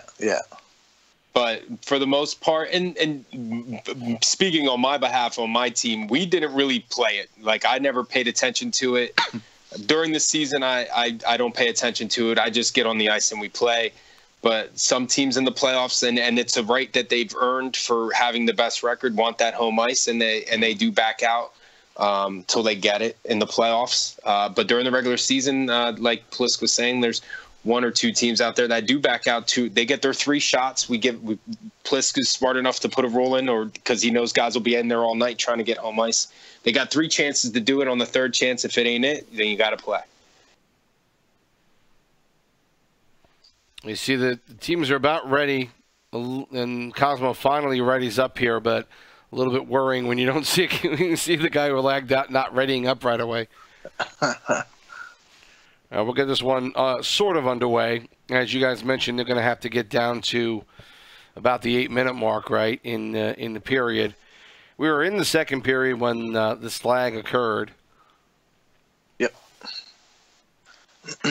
Now, with it being reset, too, it's not a situation you want in the playoffs, because now if there is a quick penalty here, there's a lot of lost time at the end of the game. There's no last minute of play anymore. Oh, guys better start moving around or they're going to get kicked out. There we go. You got to start moving, fellas. Ransom just standing there. You got MX standing there, Stivy just like, these guys got to move or they're going to get booted out, and then we're going to have to restart this all over again and have the great pleasure of watching another, I guess, 4 or 5 minutes of them standing around, jumping up and down there. Now, what I would like to hear is Sibs doing play-by-play of this. There's not much going on. we can watch Stivy do some pirouettes like it's a figure skating competition, but yeah, the rest of the guys really need to move. This is what a little deke off. Take turns with the puck.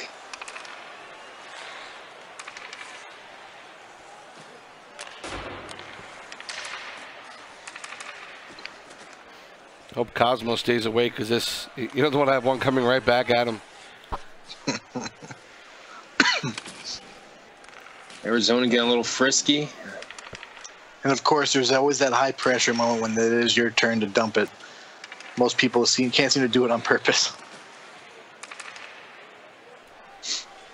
And we're getting closer in the clock. Apparently, Club is going to take the penalty eventually, so I still think Voltage should take it because he does love penalty minutes, but hey, that's me. So is time on attack anything past the red line here at this point for the way the game interprets it? I believe it's blue line. I would think. Okay. Yeah, that's how I would take it at least. There it is. Okay, so we're back to regular play now, halfway through the second period. Pass in front, good deflection on a possible shot there. So close. Stoner had the angle, but good defensive play stopping the shot there. Rangers able to control now, flip it out. Minute left to go in the power play for Chicago. Hardy flips it in. Puck quickly flipped right back out by Stivy. I think if you're going to dump it in, that's not the side you dump it in on. Yeah, Chicago's losing an opportunity here, not being able to get the puck in the zone. Puck is flipped out, penalty is over, teams are even. Not much going on there for that one for Chicago. They really struggled to get the puck anywhere. Now back the other way. Just onside is Volt. Club gets one off, it's blocked. Ransom gets it back to the point. MX's pass is blocked up by Fish, and now a partial break. But the Hawks are offside.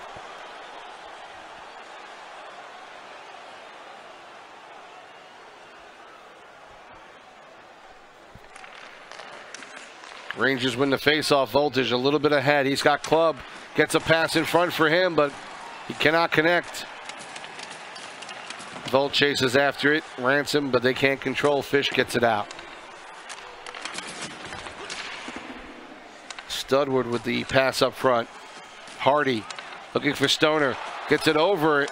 Good opportunity there, but could not get a shot off. And Cosmo now. Hardy takes a second there and aims it. He's got himself a goal.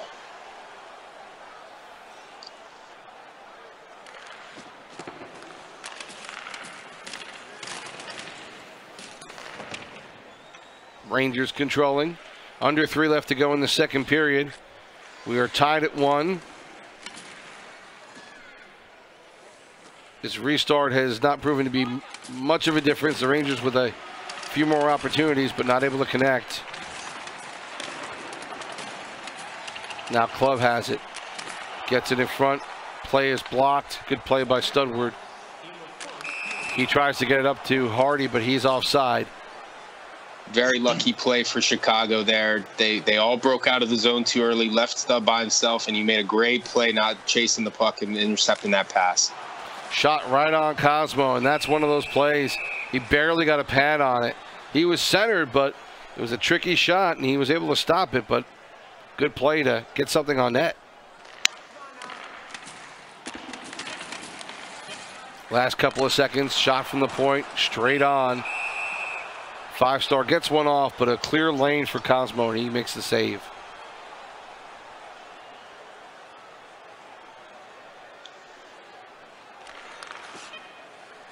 Rangers win, and we'll pop it out and end the period.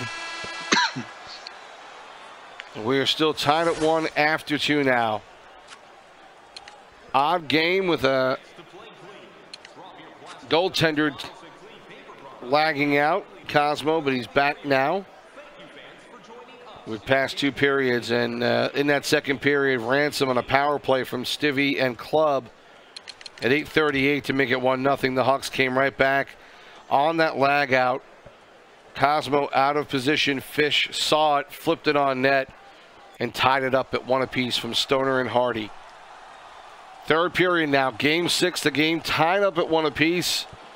And again, Chicago down 3 games to 2. TSibs, Pliskin, and Cuban here with you to bring you the third period of this game 6.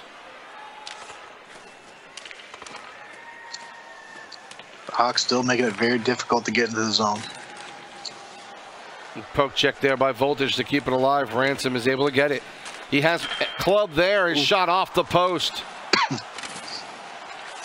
Club tries to get it back to the point, but pushes it all the way out. Rangers back. Volt.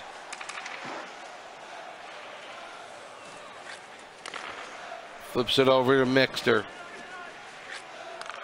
They're going to have to dump it if they're planning on getting in there. Now behind the net, fought for 5-star and Voltage. Now Club has it.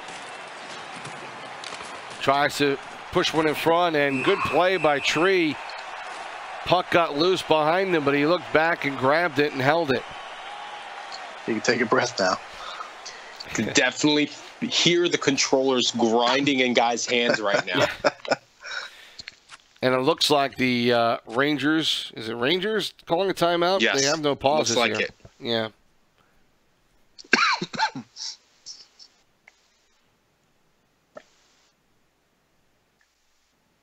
So far since the restart, it's been mostly Arizona.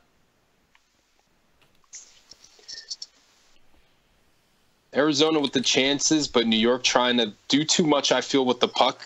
I think guys are trying to put the team on their back, and instead of just doing what got them here and just being smart with it and passing it along.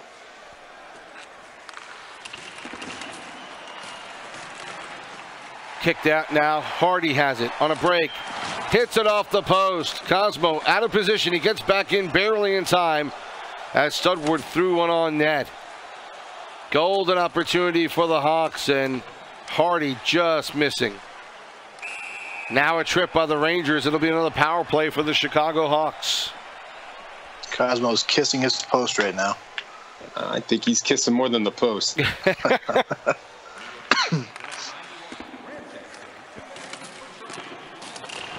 Hawks in the corner. Ransom gets it out front. Dangerous play. Now Hardy has it. Keeps it in. Fish in front. Good glove save. Good play by Studward to get one off, but it was a light shot. Cosmo was in position. Yeah, for some reason, EA decided to nerf slap shots, one-timers from defensemen. I love it. It's been one of the greatest additions to NHL 18. Stoner shot. Cosmo in position for it. Puck fought for between Studward and Hardy, and they wound up knocking it out of the zone. 30 I'm loving seconds. that Chicago's getting at least some shots on net on the power play and not trying to pass too much. Just put it on net, boys. Good check behind the net, and they come out with it anyway. Fisher now back to 5-star. He's trying to push it back in, and the Rangers come out with it. At even strength now. Voltage on the right side, can't control, and Hardy comes away with it. Good poke check there by Stivvy. Rangers defense has played well. That one goal, really not their fault. They've held the Hawks in check. Now Voltage on net. Puck is loose in front. Ransom had an opportunity but could not get a hold of the puck to poke it home. Great job by Hardy kneeling down in front of the net, not letting him get a clean shot on it until Tree picked it up. Looked like the Rangers had control off that one. Now it's poked back in the zone. 5-star gets it up. A little too far there for Stoner Boy. Rangers coming back under 7 minutes now. Left to go in the third period. Tied at 1.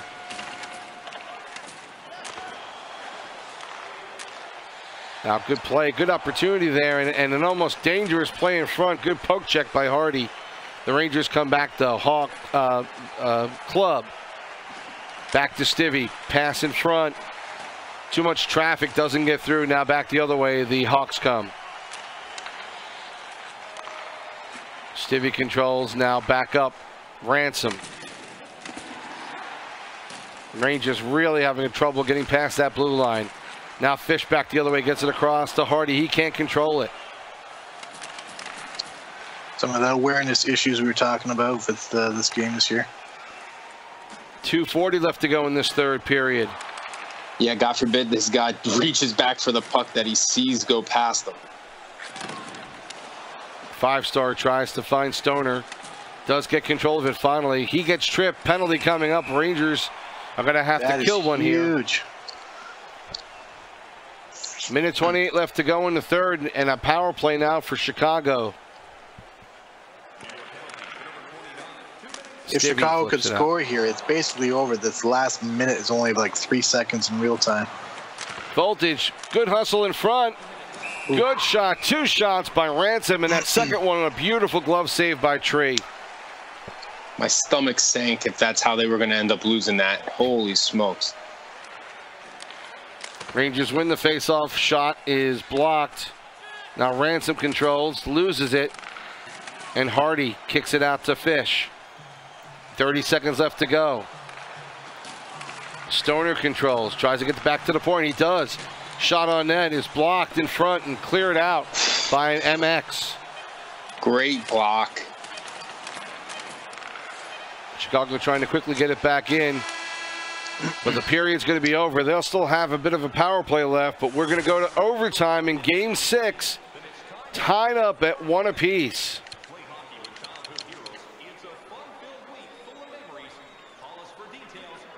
And this is an opportunity, golden opportunity for Chicago to take it to Game 7. And who would have thought we'd be at this point?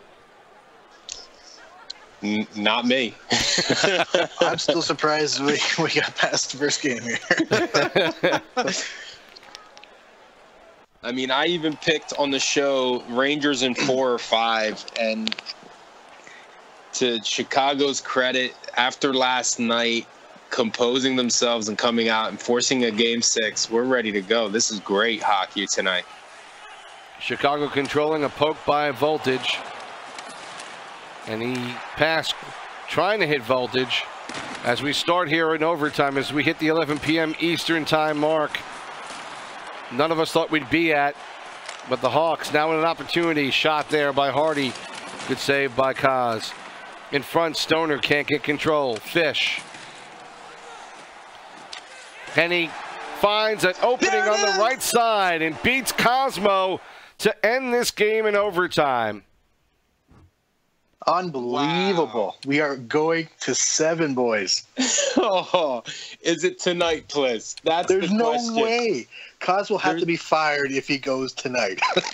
There is no way we got to find out. We got to find out if they're doing 7 tonight. And the Chicago to come all the way back. Unreal tonight. Unreal hockey, boys.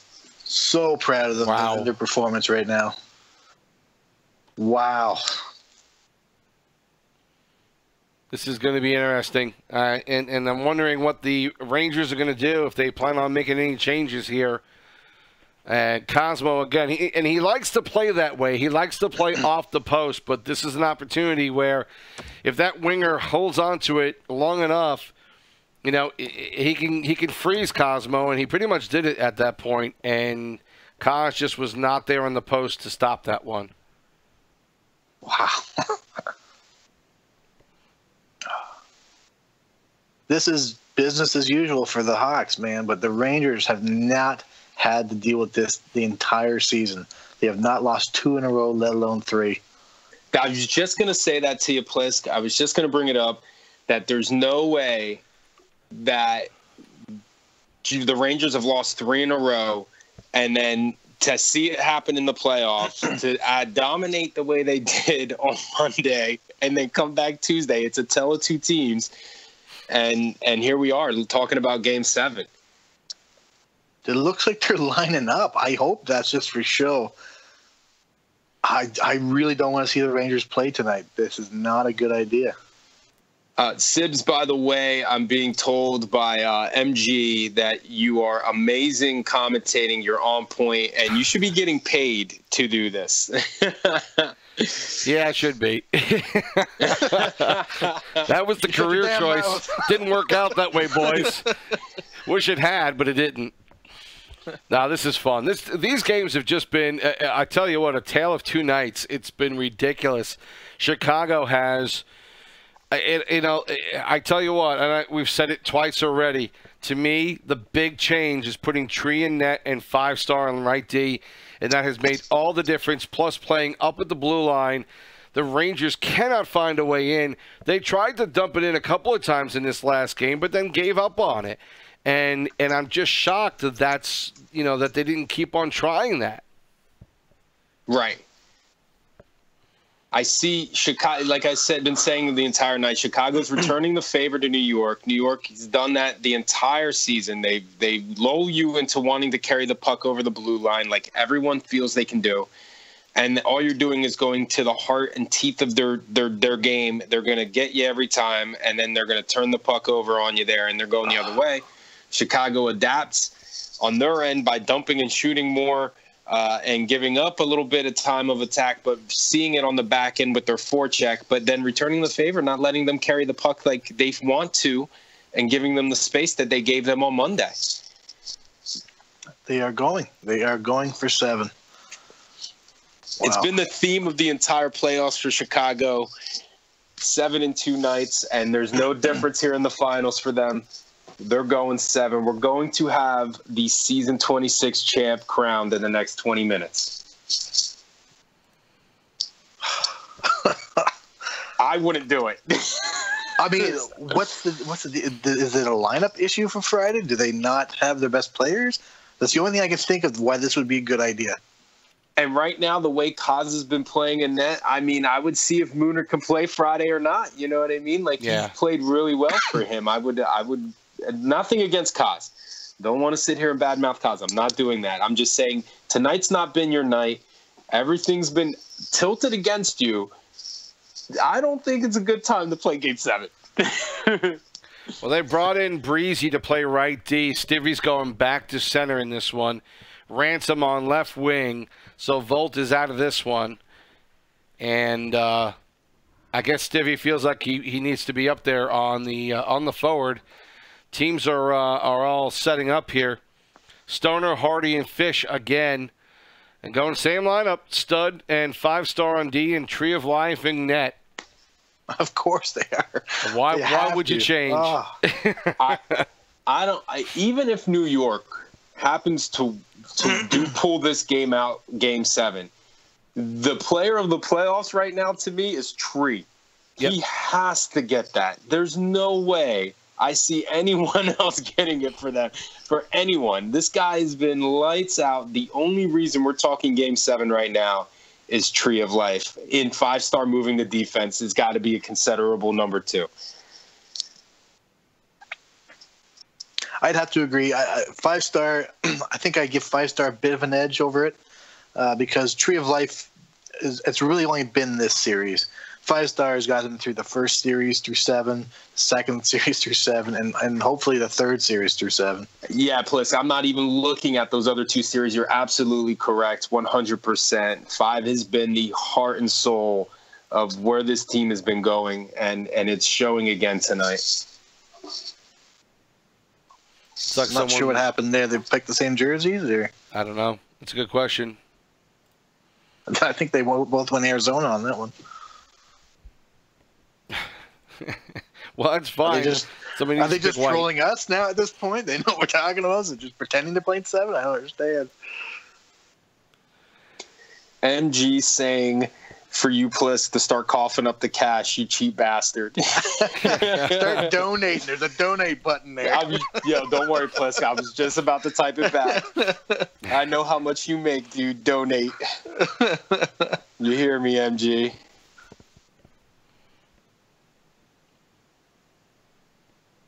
Some of the guys are... That's really weird. Some of the guys look like they're still in the game, but the room's open, so... All right, they're back. They're getting back together again on the Rangers side.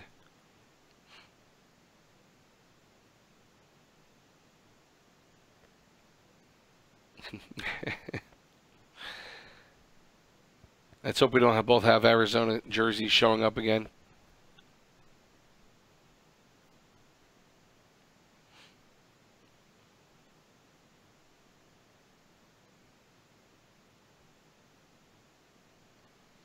Just waiting for this one to start up again. Not really sure what the issue was. I'm not seeing any information as to why they backed. It might have been a jersey issue. I wasn't looking that closely.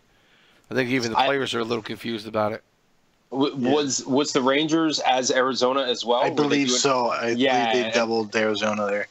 Yeah, and I think the Chicago Coyotes didn't find that kindly, so Chicago Coyotes. Yeah, they wanted to drop out of that. I think I think that they just better take the Rangers jerseys. This could not finish the season any better right here. Well, you got Cosmo, who's never won a cup yet. His first time with a chance to win, and 5.0, who's not even been in the playoffs before this season. Running a team, he's always been a bottom team or a mid team, but this is his first time in the playoffs, if I'm not mistaken, and he's in the Cup final, Game 7. I think Cosmo has you to blame for this, Pliskin, because you were saying late last night at the end of our broadcast that you were hoping it would go for a little further than 4. You got your wish. Yeah, you got your wish. This is exciting now. Yeah, Cosmo. I mean, he is just a genuinely good guy, and he wants to win. And he's not gonna, he's not gonna jump off a building if they lose tonight. But he would like to win a championship and feel vindicated for some good teams that he's put together over the years. And for one reason or another, hasn't panned out.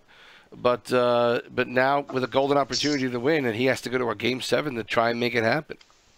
Exactly. Both teams, I feel the same way about nothing but trials and tribulations, and to be able to come here for the final game, it's amazing for them.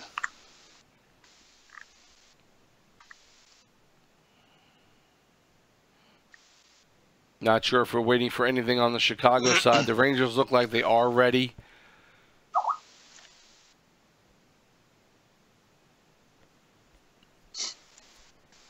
Not sure why they're not surging yet.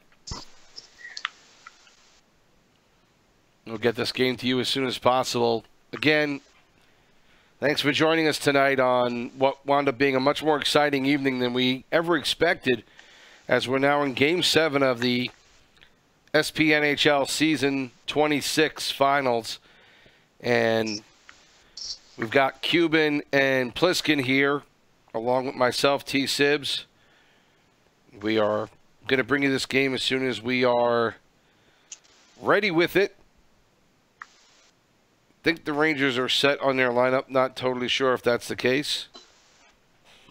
This is one of those series where they had the champagne and the locker rooms covered, and then after that last whistle, they're pulling all the champagne out of the locker room and they're putting it back on ice, and they're sitting in the middle and they're looking at which side they need to go to, because Chicago done came to play tonight, and New York kind of left their game on the bus, and they were. I think the champagne was popped a little too soon. Yeah, definitely got to put dinner in the fridge. I'm going to be late tonight. Well, if the champagne was on ice, it's in a puddle of water right now because they've been waiting for too many games. Looks like everybody is in. Let's take a look at the matchup room, and everybody's in. As we mentioned, Breezy is back, and we'll see if he's able to hold the connection all game. that's another chance they're taking by putting him back in there. But they feel that on defense he's a bonus to have there, and having Stivvy up front can definitely help the offense. I kind of was thinking that maybe having Stivvy on defense would give cause to having someone who can rush the blue line and make an accurate dump in for someone like Voltage or Club. And like I said, they tried it a couple of times, but never went back to it. And if you keep on doing the same thing, keep on trying to run into that blue line, the Hawks would just beat them every time.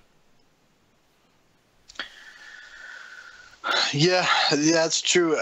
Again, if he's having connection problems, it's going to cost him big time, and they can't afford to take reset penalties at this point. Yeah, that is really the killer. Let's look at the way that Game 6 was going. Fish scoring the tie. We were all on the lines like momentum could have been shifting, but we didn't really know how it was going to play out. And really, I think it killed New York. It really killed New York because they were dominating it with the time of possession like they have been the entire series. Yes, they ended up scoring that goal. That may not have been a goal if Kaz didn't lag out, but unfortunately he did.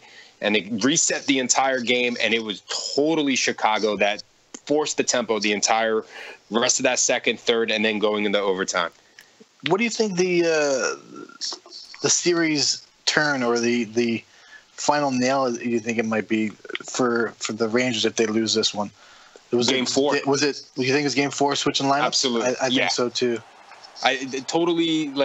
There's that little bit of Kaz being a super nice guy, I think, that got the best of him, where it's like, hey, we still got one game to win in the next 4. We got 3 tonight. Let's have fun this one. And I think that bit him in the butt. And again, connection issues, game 5, Breezy disconnecting and costing them a player. Game 6, Kaz disconnecting, costing them pretty much the biggest goal of the series. Yes. Oh my God, yes. We are under 8 here, and right away the Rangers have to kill a penalty as Chicago now in the power play, but they're coming in on a modified 2-on-1, but then finally lose that as the Hawks start out again.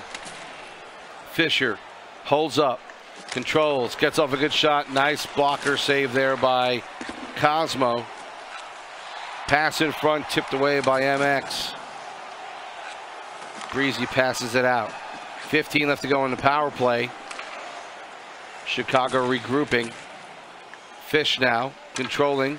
Good poke away by Club. He has Stivvy leading. Can't quite get past 5-star. Gets a backhander off, but it's saved. Now back out to the point. Wow, what a play by Tree to get right back in net after getting pushed out. Good quick shot there by Ransom, but Tree pushes it to the side. Now back up front. Ransom, the shot. Great save again on the rebound from Club. He is still focused. Dude, they can't even push him out of the way of the net. He still gets back and makes the save. Unreal right now, Tree is playing. That's the only thing they're thinking of right now is how he's just shutting them down. You could see the Chicago players playing with a little more oomph, knowing that he's back there. They can take that extra risk to chase a puck. Flipped in, Club, Ransom, trying to control it. Tipped away by Studward. Now Club in front, finds Ransom, gets a shot off, and another great save by Tree. Point blank, right in front. Ransom. Puck gets tipped away and pushed out by Studward. Fish in front for Stoner. Good check as Breezy met him right in front of the net. Chicago going back to their old style of play from Monday night, going away from dumping it in and shooting. They need to start shooting the puck when they're going across there if they got to stop carrying. Hardy on a partial break, and I thought maybe Stivvy might get called, but he just disrupted him enough to stop a really good breakout opportunity. Now the face-off deep in the Rangers zone, shot on the point. Cosmo with the save. He's sitting quite far back in his net. He's almost on the goal line, and that could be a problem. This game is not forgiving if you do that. Yeah, he's asking to get sniped if he keeps sitting back there. Rangers able to get it out of the zone. Breezy not able to get a shot into the zone. Now Fish, Stoner. Gets Fish in front, shot of the save, rebound, another save by Cosmo. Fish in front, Stoner, shot, Cosmo in the right spot there, makes the save. Chicago still able to keep it in, and a pass out front. Good save off the shot from 5-star. Kazi's standing on his head right now. Little help from the post on the rebound. So far, goaltenders have been the key in this first period as we're counting down to the 4-minute mark left to go in the first. No score here, game 7. Kind of hard to believe I'm saying game 7. Especially Game after last 7 night's controlled. Yeah. Yeah. I really thought we'd be done. Still. Thought we'd be done by 9:45, but that's not the case. Yeah, I was all set to play a little Destiny 2's Trials of Osiris. I'm not playing tonight, fellas. It's game 7 SP. Let's go. 2 minutes left to go in the first. Stivvy trying to get it up front. Club has Stivvy. Can't get a shot off. Delayed on the reaction there by Ransom. Not sure if he felt he didn't have a shot. I think he's maybe trying to wait Tree out, but Tree wasn't moving. Tree said, nah, I'm good. I'll stay right here, play the puck. Ransom trying to find something in front. Couple of seconds left on the clock. Not much time. Tries to get it off to MX, but he doesn't get a good shot off, and the period ends. 0-0 shots on goal. Arizona 8-5 in the lead on this one. And boy, I tell you what, the Hawks have done just amazing work in this game. I think both teams might be a little tight, but they're getting their opportunities, and New York maybe trying to put a little bit more of a fine point on finishing their plays. They just need to get shots on.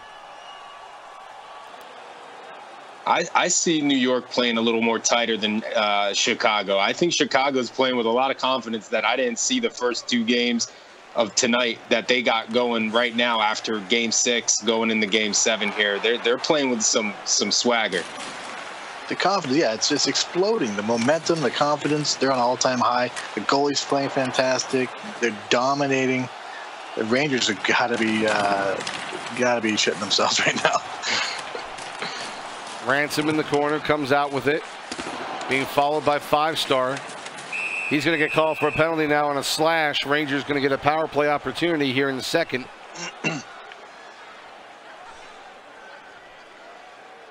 Stivvy and Stoner. Stivvy gets it back. Pass over to Club. But man, Tree just knows exactly what's going to happen. A great shot on Tree again, but a nice save. Another shot by Ransom. Wow. These were going in last night, folks. It is not happening tonight. It's like he has a third eye. He just sees the future. Oh, my God, this guy. Shot. Easy shot by Breezy onto the glove side. But, yeah, he is not – when that puck is out and it's not near the goal line, he's cheating a little bit to the other side, and it's giving him the advantage.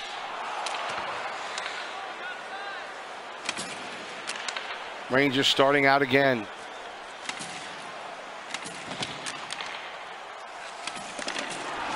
Ransom can't get a shot off.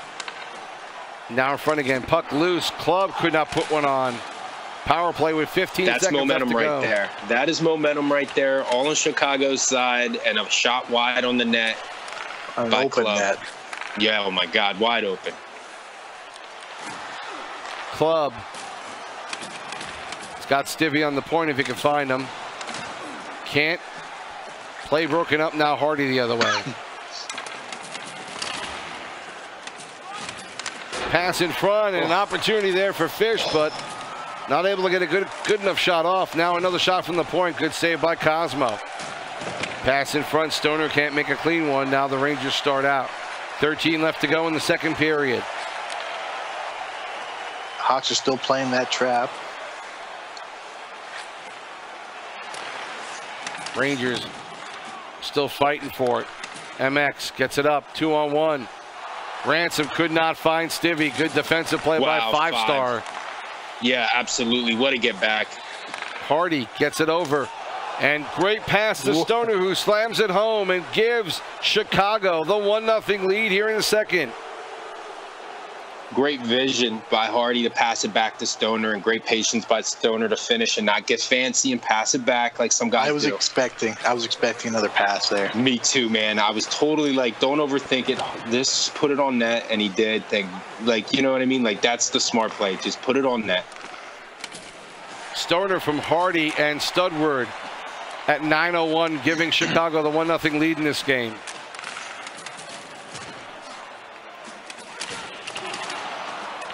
Rangers trying to push a little more. Chicago clears it out.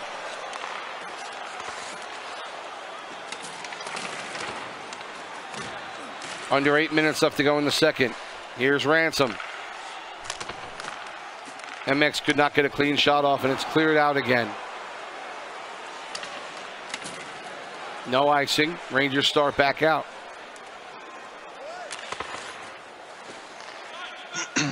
Another pass and another block. Rangers still having trouble getting past the blue line. Chicago's still playing great defensive at that blue line. Club had an opportunity. Stivvy now controlling, trying to jam one in, forcing the puck. Good play there. Beautiful steal by Breezy, and he walks right in. Turnovers. Forwards breaking out too soon.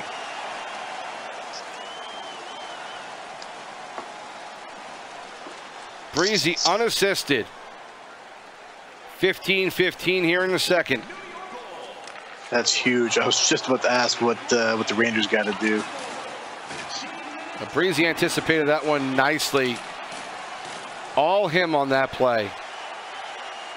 Now dangerous puck in front, rolls by the post.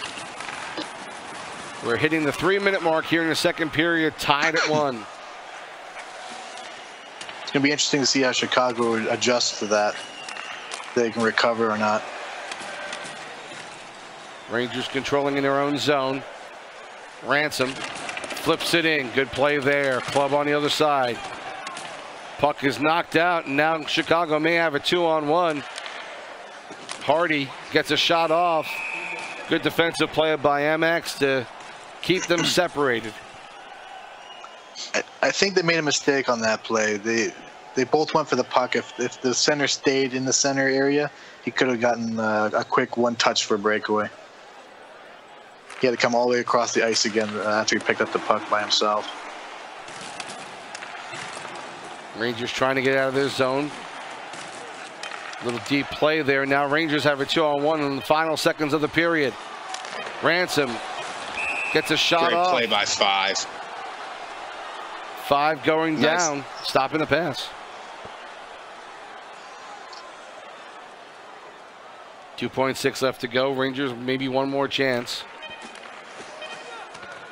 Puck is loose. Time runs out.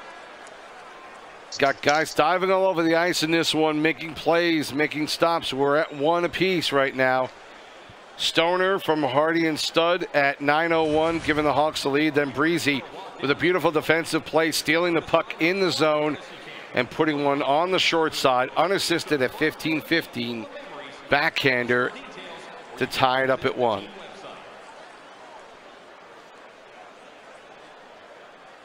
Is it top of the 9th yet? Almost.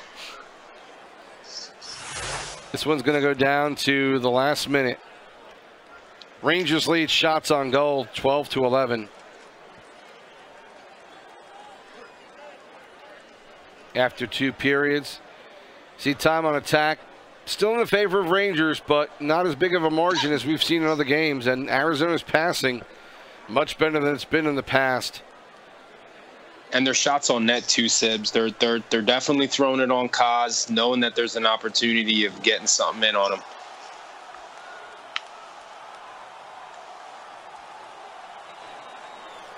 We start the third in Game 7 with the Blackhawks and the Rangers tied at 1.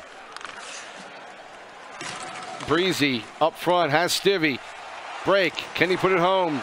Not a good enough break. Now the Hawks start out. Stoner can't control it. Pushed out by MX. Now Club starts the other way. Tree is saving them on that backside, but they got to get one on net here. They got to take some pressure off this guy. Fish trying to control. Good block there by Ransom. Trying to wait for some help. Can't get it. Now back the other way. Breezy with the steal. Stivvy shot on net and he scores. A low blaster far side. And the Rangers. Great shot. Great shot. Stivvy from Breeze. It looked like Tree didn't even know he had the puck.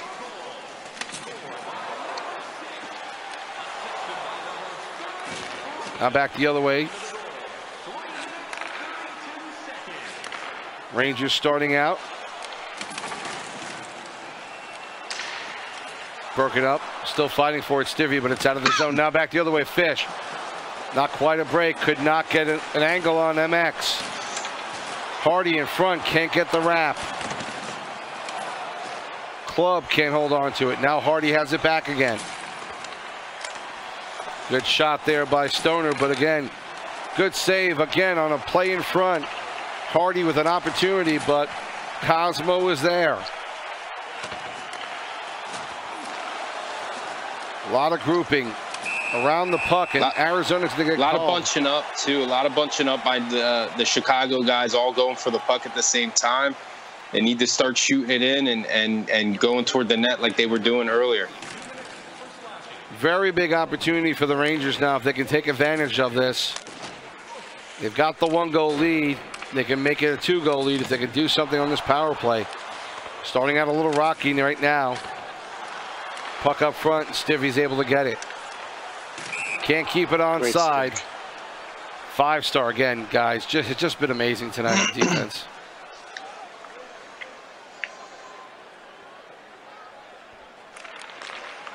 Minute left to go in the power play. Chicago clears it out. 5-star knocks it down the ice. Breezy up to Ransom. That was touched by a Hawk, so it will not be icing. They will get a chance to clear it. An offside warning there, so the Rangers will be able to start out with it. Teams are at full strength now. And again, good defensive play to keep the Rangers out. Hardy, Stoner, Fish. Back in front to Hardy, and a shot and a score. Oh, look at that. Great composure. My God, look at those passes.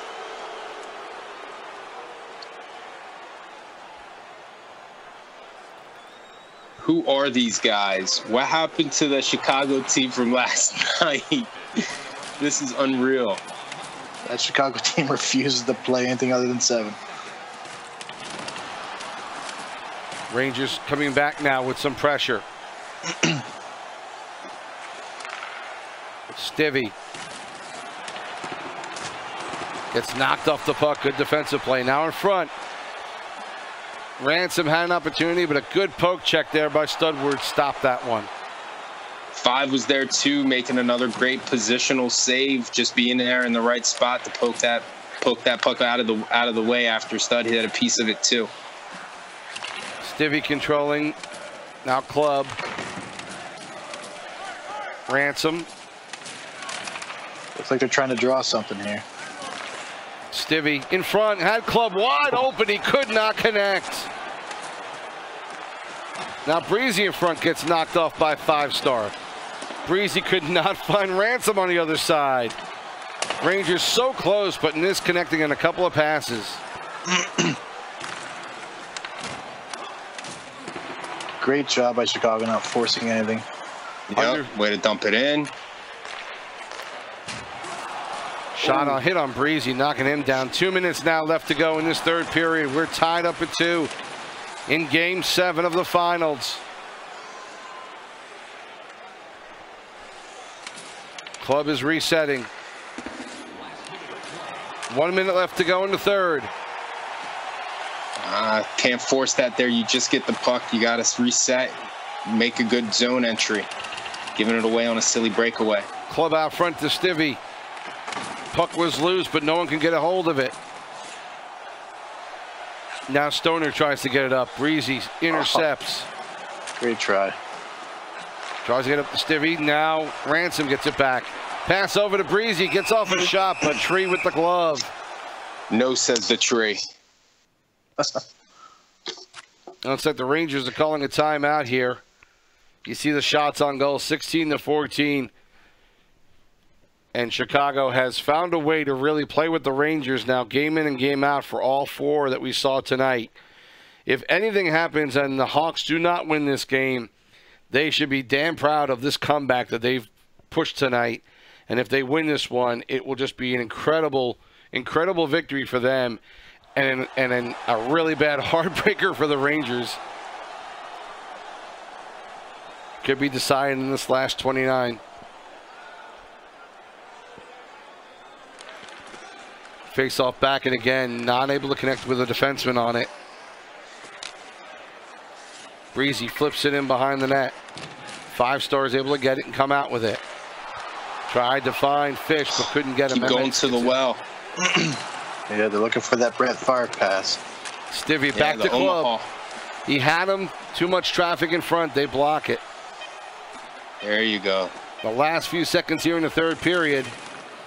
And I think the Hawks are content with going to another overtime. Game 7. You busted it for 3 periods. The last thing you want to do is give it away with 4 seconds left. Yeah, not a time for heroics or anything risky now. MX is all over Fish on that breakout pass for the easy breakaway. Either they have to, they're going to keep going to it. Either the D guys or the forward have to flip it over top of MX and look for Fish to beat him, or it's just stop going for it and carrying the puck up a little bit to bring MX out of the zone and then dumping it in and letting Fish go get it. This is it. Overtime. Game 7. Hawks and the Rangers. Who is going to walk away with the cup and the winning goal? The Rangers are making their first attempt at it. Stivvy behind the net. Hardy will start out with the Hawks. Now Stoner. In front. Shot on net. Loose puck in front. Almost tipped in there by Club, but he scoots it away to the side of the net. And an icing called on that one. Unbelievable. I literally got chills for like 2 seconds watching that puck in that crease. Back to the point. Shot blocked in front by Stivvy. Now another flip on the net by Hardy. Puck fought for in the right corner. Club has it. Now Ransom. That one stays onside, barely. MX can't control it. Comes back out. Puck is flipped down. Can this be an icing? No, it's waved off. Fish catches up to it. Good hustle. Shot in front and a pass to Hardy, and he slams it home. Oh my goodness. I cannot. Oh man, that's a miracle.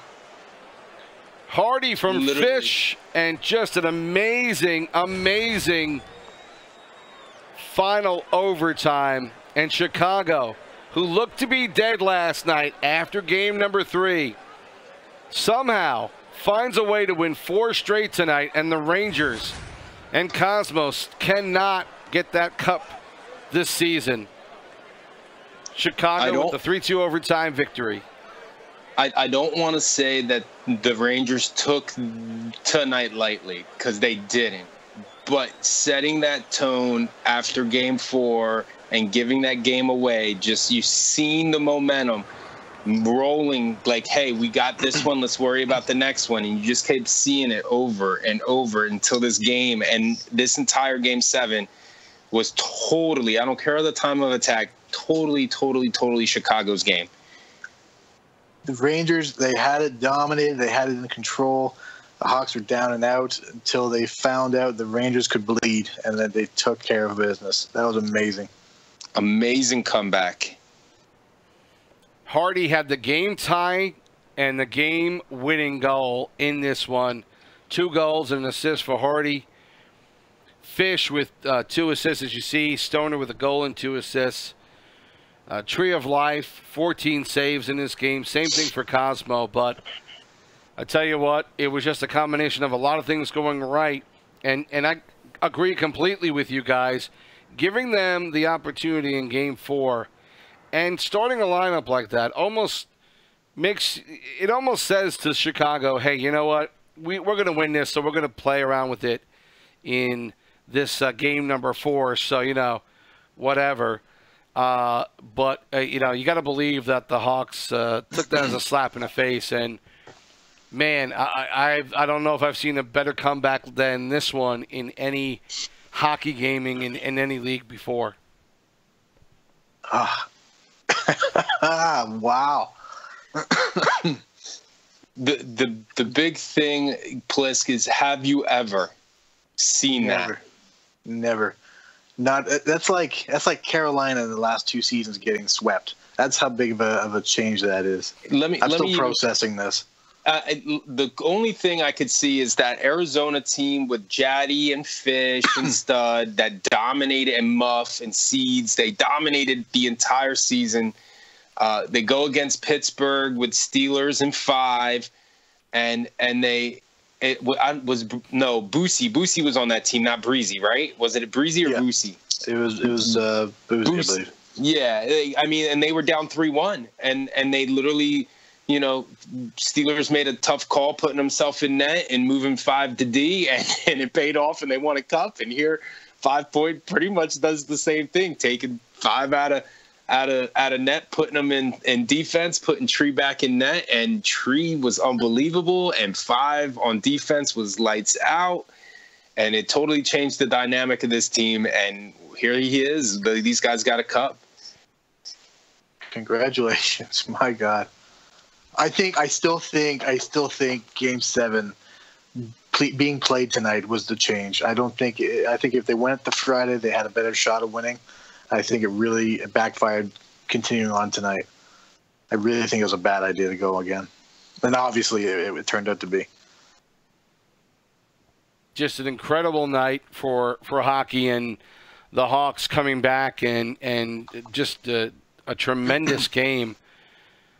The shots on goal finishing up at 17-16 in favor of Chicago, and just playing perhaps their best game overall, just because of how ridiculous everything looked last night.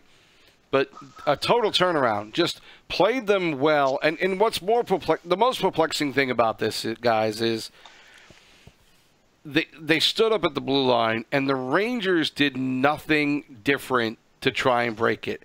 Every once in a while, maybe wrapping it around, shooting it down the ice, wrapping it around the board, but still trying to dangle past it almost every time. And I think at some point you've got to try something different. And the Rangers were getting stifled game after game tonight until they finally couldn't do anything. And really struggled to get the 2 goals they got in this game. And it just wasn't enough. They just were not able to get past and have the dominance they did last night offensively. I still catch my breath here. 1 sec. I'll jump in then and say that it's just a little bit of I've been saying it all night. Like, Chicago pretty much played the same way that they've played to them on Monday. They lined up and said, "Come carry the puck. We're not going to let you." And the Rangers did the same thing Chicago did Monday, and not change up their game style, and kept trying to carry it in, and just kept thinking they can just go in there, carry the puck, and have the space. And they didn't have it. They didn't get the opportunity, and they never adjusted. And they forced the Game 7 and played a Game 7. And here we are looking at Chicago as our season 26 champions. Well, we're going to see if we can try and find anybody to get the player of the playoffs, from 5 here, but he's having a tough That's time a tough choosing call right now, so he'll get back to us soon here. It's between two guys, and I personally think it's 5-star. Tree played amazing tonight, but they're not in this series if 5-star's not the guy that he was in every single series leading up to this one. Yeah. You know, that's we go back to that. We could talk about Game 4. Certainly, Chicago being taken lightly, but yeah, I mean, to me, it's a combination of 5-star in defense, quarterbacking, what's going on the ice more than just his net, and Tree of Life getting in net and just standing on his head. That combination, that allowed the forwards, and if you look at these games again, that allowed the forwards to take more chances, to go up more. We were saying this last night, Pliskin.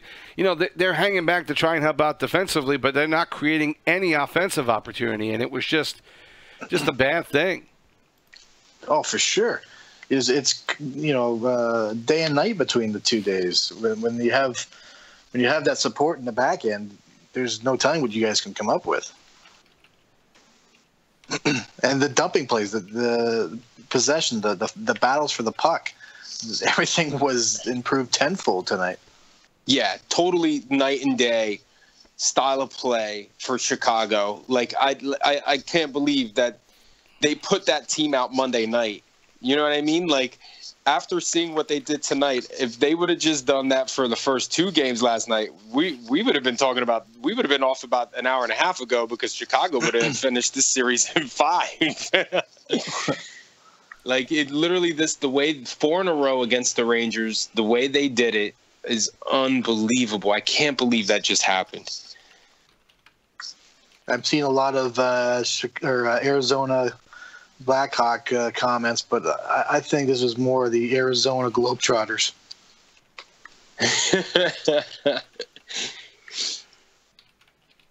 Well, talking to some of the guys here on Chicago. Hopefully, we'll get somebody on. We might get Fish on. We'll see if we can get anybody else on from the team, but hopefully, we'll be able to talk to somebody in a few minutes. When you put yourself in the shoes of Cosmo. After Game 4, you probably don't think you need to say much to these guys, but after you lose Game 5, I mean, it kind of feels like that's the point that you have to talk to them and stop the bleeding. What can you say to your team at that point, where they probably still feel like they're going to win it any second now, and then it slips to a Game 6? How do you go about, stopping the bleeding and getting the guys righted?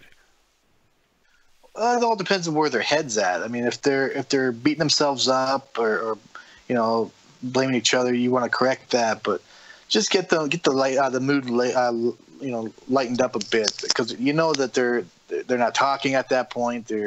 They're stressed out. They're blaming each other secretly. You know what I mean? You just got to get them into a mindset where they remember that they are the best team in the league up until about 5 minutes ago.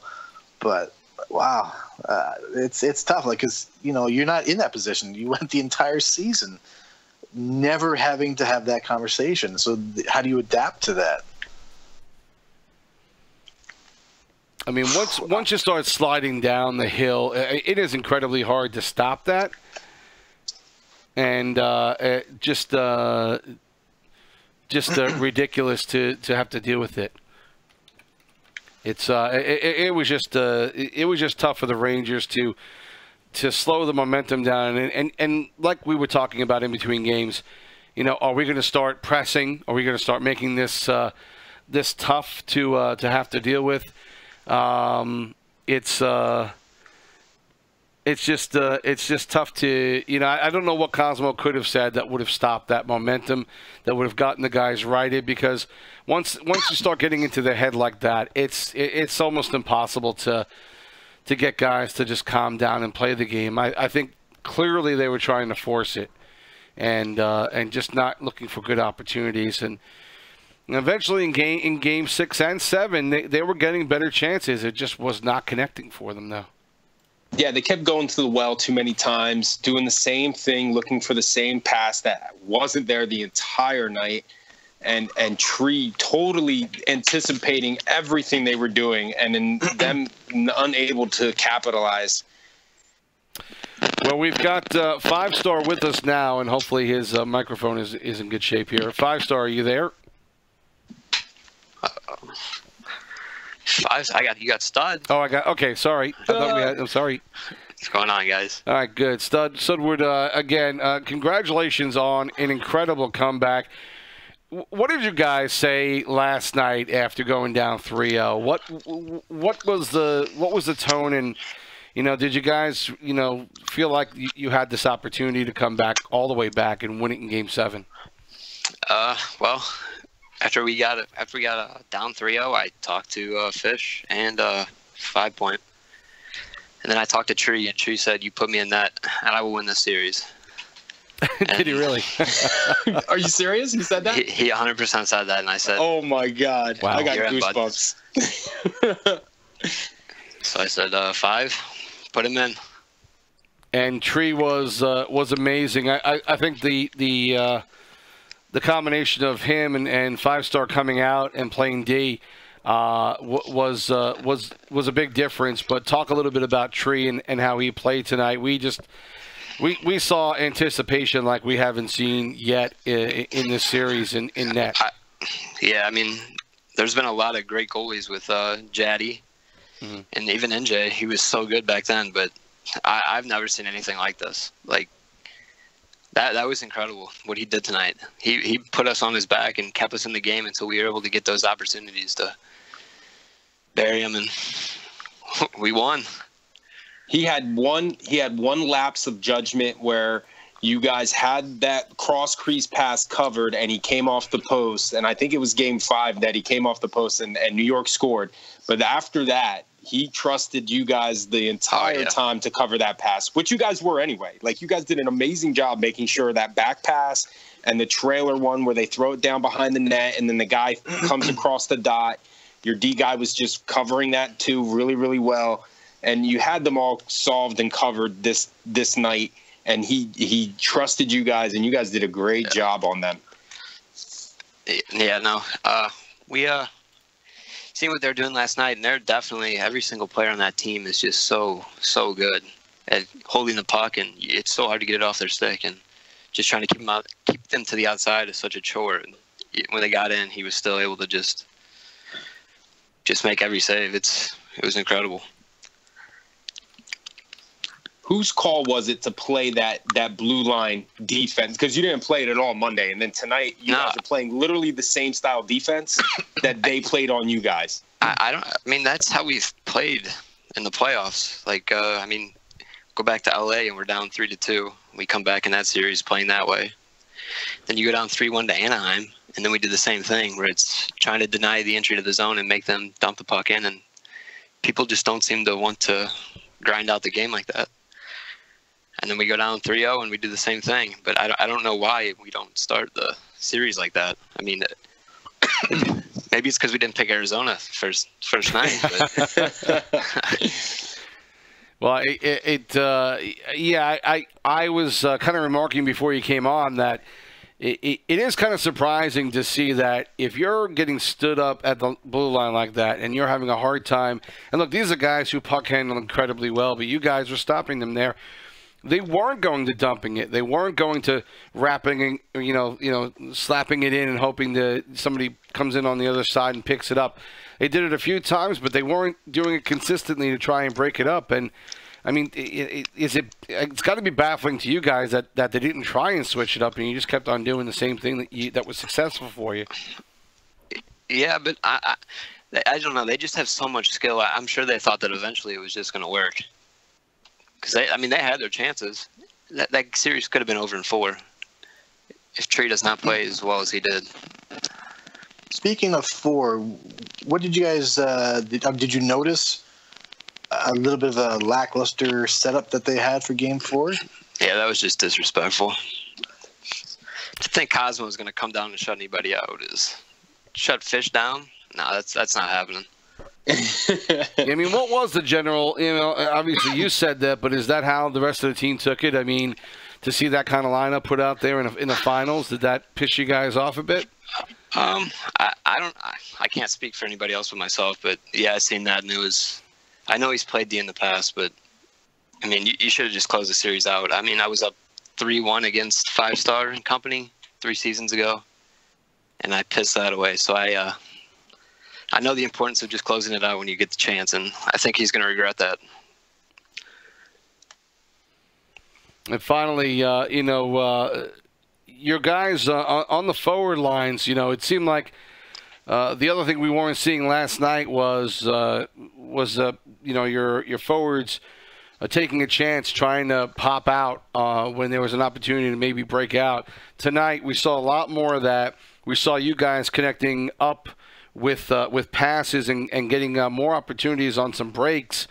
I think it seemed to me like your forwards were more confident with how the defense was working, and it was okay for them to take chances like that. Yeah, and I think we talked about it before the game that we have to play quicker and get the puck up the ice. The way they're just so good at holding the puck and basically wearing your guys out when they're getting 9-10 minutes time on the attack. It's just you can't let it happen. So when we got to take our chances and get the puck out as fast as possible, get it to our skilled players, Hardy, Stoner, and Fish, and so we were able to do tonight. You think you guys thrive from coming back in these series? Is that something you guys are good at, or? There's no doubt. Yeah. Down 3-2, then 3-1, and then 3-0. 3-0. What a comeback, man. 3-0. Dead in the water. Yeah, I think you guys had a total time of attack of like 4 minutes after Game 3 Monday night. And then and I think a total of maybe like 8 shots. And you guys literally, like a completely different team tonight, Stud. It was unreal what you guys were able to do with just, building that momentum and just taking it one game at a time. Like you guys didn't, there was a few points where I thought you guys were going to try to revert to doing some of the stuff that got you in trouble Monday. And you got a little bit lucky with Tree playing in net, obviously. Yes. But you switched it. Like you didn't stay with it. Like it was almost like, hey, I don't know who said it. I wasn't in your locker room. Hopefully someone said it. And they were just like, yo, we got to switch it the fuck back up to what we were doing, because what we're doing now is right what got us in trouble for Monday. Yeah, I think we all knew. We all were watching the game, and Fish and Hardy, this is the first time they've really played together all season. They haven't played too much together, so wow, they kind of talked a little bit before, and I guess it just worked. I got to give a lot of props to 5 Point for trusting me to set these lineups in the playoffs and let me make the decisions, and I think it worked out pretty well for us. Yeah, absolutely. Congrats to you and the guys. It was, it was pretty wild watching these games unfold and watching you guys not give up. And, hopefully it's a couple of lessons for everybody in the league to say, don't give up and don't ever think you've got things sewn up. You've got to play every game. And you guys did that tonight. Congratulations on an amazing comeback and a 4-game sweep at the end of this one. Well, thank you.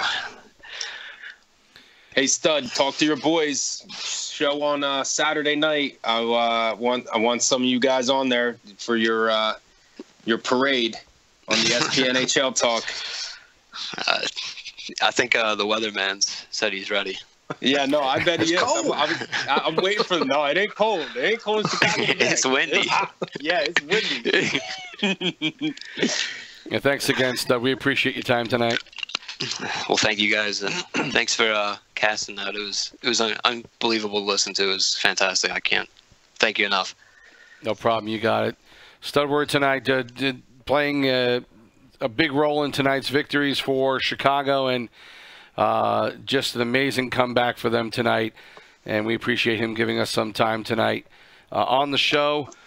We were hoping to maybe get 1 or 2 other guys on as well, but Fish was trying to get on, but I don't know if we got. I got a message that Fish was trying to get on, but I don't know if he messaged you or anything, Sibs. No, I haven't. Let Yeah, I haven't heard from him, so I don't have an invite from him or anything. So maybe we can give him a minute or two as we wrap up. If he happens to pop in, we'll put him on. But again, this is a time for us to look back on what we saw. I mean, you know, we kidded about it earlier, but really it was a situation where Game 4, I would think it should be done by then. When I started hearing about what the Rangers wanted to do with the lineup, my thought was, well, you better win this one because you're going to start a boulder rolling downhill that you're going to have a hard time stopping. And, did I think it would go 7? No, and not even with knowing that lineup was going to happen for Game 4. But I tell you what, give the Hawks a ton of credit for never giving up and for, taking that to heart and say, okay, they think that little of us. We have to go out there and win this game and then just keep winning. And then let's do a couple of things. They figured out a few things tonight that just stymied the Rangers for 4 straight games. And they went with it. They stayed with it. It kept on working. They didn't give up on it. And kudos to them for just playing a tremendous 4 games tonight and never giving up. Yeah, definitely. Yeah, my big moment of the series is halfway through Game 6. That game was 1-0 Rangers, and Cosmo disconnects. If that shot is even a second, 2 seconds later, it doesn't count. Yeah, yep, absolutely right. And that forces them to overtime to get the game winner. That should have ended there as well. That's some unbelievable luck there.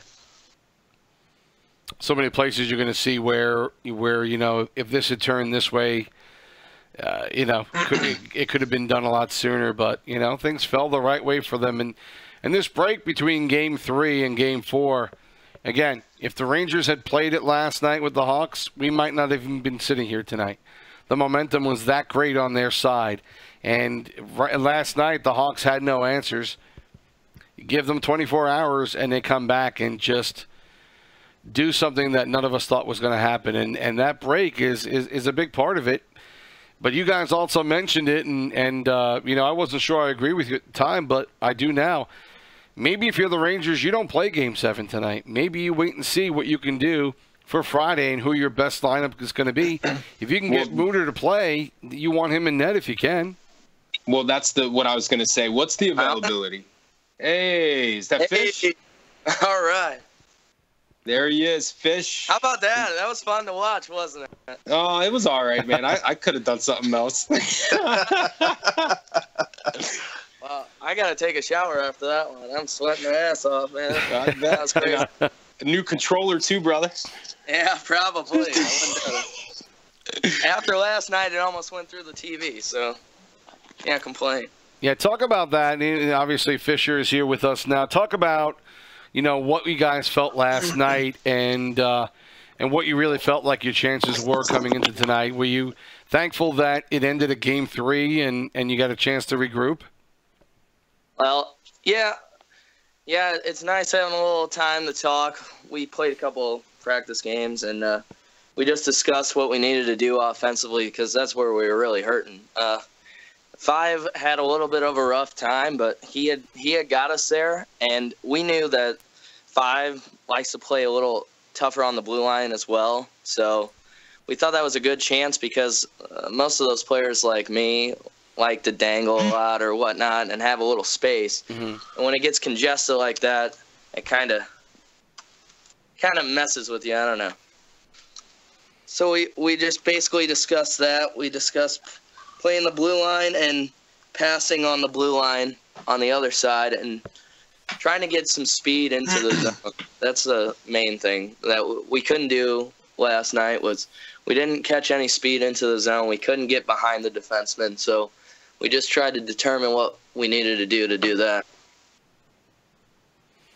And talk about Game 6. Obviously you guys, 2 overtime games to try and, take a couple of victories here. Game 6, you tied this one up in the second, and then in overtime. Talk a little bit about what you remember about that overtime goal that won it for you guys and took it to Game 7. Yeah, just finally got some space behind the net and curled back out.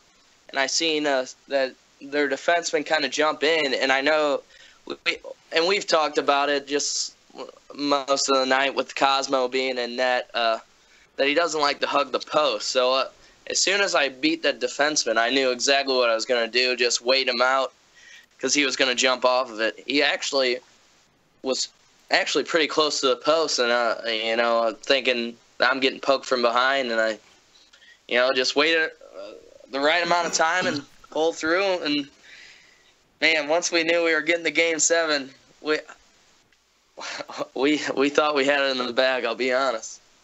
Why Game 7 tonight? Was it your call, like your team's call? Was it Rangers asking for it? Well, I believe 5-Star went and asked Cosmo, but you know how it is. I don't know why Reaper's team, the Ducks in the last series, and I don't know why they did it here. When we have that momentum, why they would want to play, they just kind of wanted to get it over with, I guess. Yeah, that's what we were really trying to figure out. Yeah. Yeah, I think they were just anxious because they knew they had outplayed us and just wanted a game that Tree didn't take over the game and win the game. The game before he's got 23 saves and basically puts us on his back. Well, you scored the last 2 in Game 6, including an overtime winner. Here's a man who scored the last 2 in Game 7, including an overtime winner. It's Hardy, and he joins us now. Congratulations on the victory. And congratulations on a Game 7 overtime game-winning goal. What can you tell us about that goal, that final goal that I believe Fish actually assisted on with you? You're welcome. Yeah, buddy. Honestly, I'm still pretty fired up, but yeah, we just knew that. I kept saying the whole series, if you just, all we have to do is keep tight and wait for our chances, and eventually they'll come, because if you try to pressure them too much, they're just going to make you pay for it. So we kind of waited and we got over the line, and like Fish said, their D didn't really want to take care of me and kind of pressure the puck, and Fish fed it over, and I would say a majority of my goals of the season are either a breakaway or that shot. So. And talk about just you and Fish. It'd be nice to hear you guys talk about the changes that you guys made and what you were able to do differently tonight offensively. It seemed like you were trying to help out the defense a little more last night, and tonight you guys got some breaks. You guys got some 3-on-2s or 2-on-2s, but at least you were getting some separation and able to drive the puck down the ice tonight. What did you guys talk about? What did you do differently to make that happen? I think, personally, if a big reason for it is because we realized we're the underdog, so why not just play how we know we can and not be nervous with the games? And it kind of paid off. A big part of it was we knew we had to help out our D, because in the first few games, I only played the last one, but I watched the first 2, and I know they just walked all over us, right? Right. So I think a big part of it was, you know what, they want to control the puck and they want to dance in the corners, but as long as they can't get to the slot, they're not going to score. So as long as we kept them to the outside and played how we knew we could and wait for our chances, and I think the last game we had 16 or 17 shots, but before that for the whole series, I don't even know if we got more than 10. But that's kind of what we did. We just waited until we had a good opportunity and then just focused on our defense first. And now joining us on the call as well, who played tremendous defense tonight, came out of the net to put on a show defensively, is 5-Star. You are here now, right? Yeah, how you doing? Good. Congratulations on the victory, and I think it was amazing just to see the transition and transformation from what we saw last night. You guys didn't play bad defensively, but it was a struggle to try and stop the Rangers from coming in and dancing around and making and finding the passing lanes tonight. Some switch up. You go on defense. What did you talk about with your defensive partners, with Stud? What did you guys figure out that you needed to do with Tree to help support back there and make it a lot tougher for the Rangers to get in? I played D for quite a few seasons now. That's what I usually play. Mm-hmm. But 5 point, traded our goalie off, and I said, well, I'm going to give it a shot. So I started playing net, and then I kind of got getting used to it. A lot of lucky goals. Lucky shots went in on me yesterday. I thought I did my best, but 5 point came to me today and said, hey, I'm going to pull you out of net, put Tree in. Thank God he did. He said, I'm going to play you in defense. And me, Stud, and Fish, and Stoner Boy, we actually played for many seasons. We're pretty much always together when we play. So I know where Stud's going to be, and Stud knows where I'm going to be. And we just I seen the style he was playing, and so I started playing the same style. I'm a little aggressive on the ice, so we just held the blue line and played a little trap going in, push him to the outside. Then Fish would come back and help out, and we'll trap him up, and that's what we did.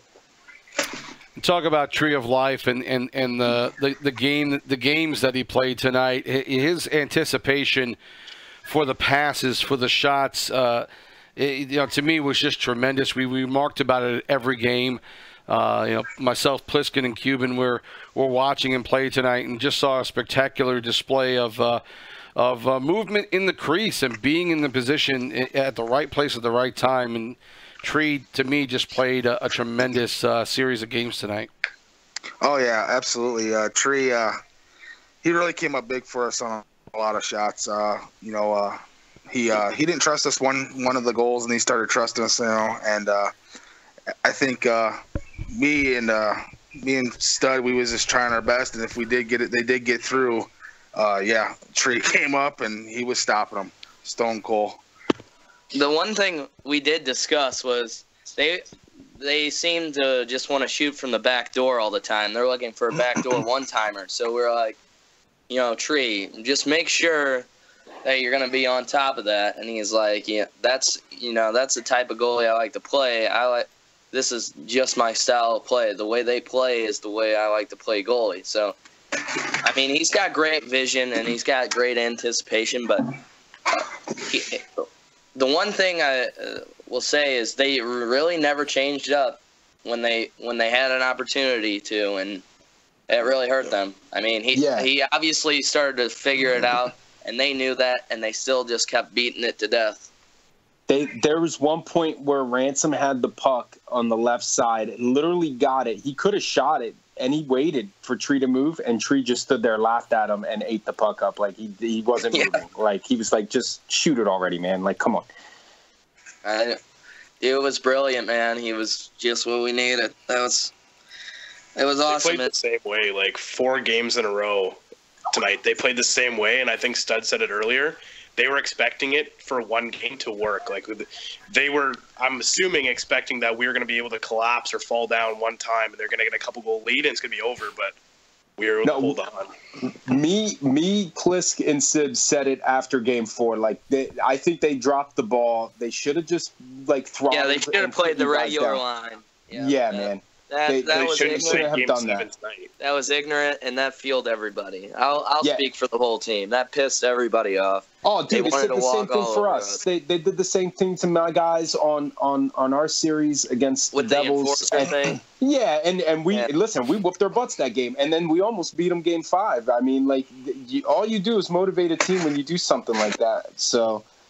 They, and we had the same thing that happened to you guys, except we ended up getting it in the third period, not the second. You guys were lucky enough. You still had the second period half there and then the whole third period to play when Breezy lagged out. And we ended up having to play, the whole – or no, Cosmo lagged out for you guys that one. But for us, we lost Breezy, and it was in the end of the second period. So we had to play the third period as a first period, and we didn't get a chance to really get our momentum back.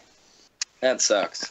No, but listen, you guys did great, though. You guys were very, very solid and literally took everything that you were doing wrong and switched it. And that's very hard for a team to do in a span of 24 hours. So kudos to you guys. Yeah, I will say I just want to say 2 other quick things. Like the forwards didn't really get that many chances tonight, and we knew what we were going to expect. They were going to have the puck a lot, and Hardy was preaching it all night that just let's take our chances. And every time we did get our chance, we were unselfish with the puck. That helped tremendously. Me and Hardy and Stoner Boy sometimes get into a zone where none of us want to pass. It all just came together, and I think it wasn't the best team I've ever been on, but the most resilient and the most I don't know how to explain it, but we adapted so well to each style of play that we played. We just figured their style of play and just let them beat it to death. And we just kept switching it up, man. It was something else, man. Well, one of the biggest problems last night was trying to break in. We couldn't. If we dumped it in, it didn't work. If we tried to carry it over, their D's phenomenal. Like we couldn't get past them. And I know we played a warm-up game tonight, and we just kind of said, like, what do we want to do? And Fish said what we have to do is stop the blue line and make a pass over. We have to have someone going in because if you tried to carry it over, they poked it. If you dumped it in, they already had a defenseman going back to get it, and I think it made a big difference. Like, sometimes we weren't able to do that, but it made a big difference tonight. No, totally. Yeah, Game 3 last night when I watched, Hardy, you, Bundy, and who's the other? Wookie.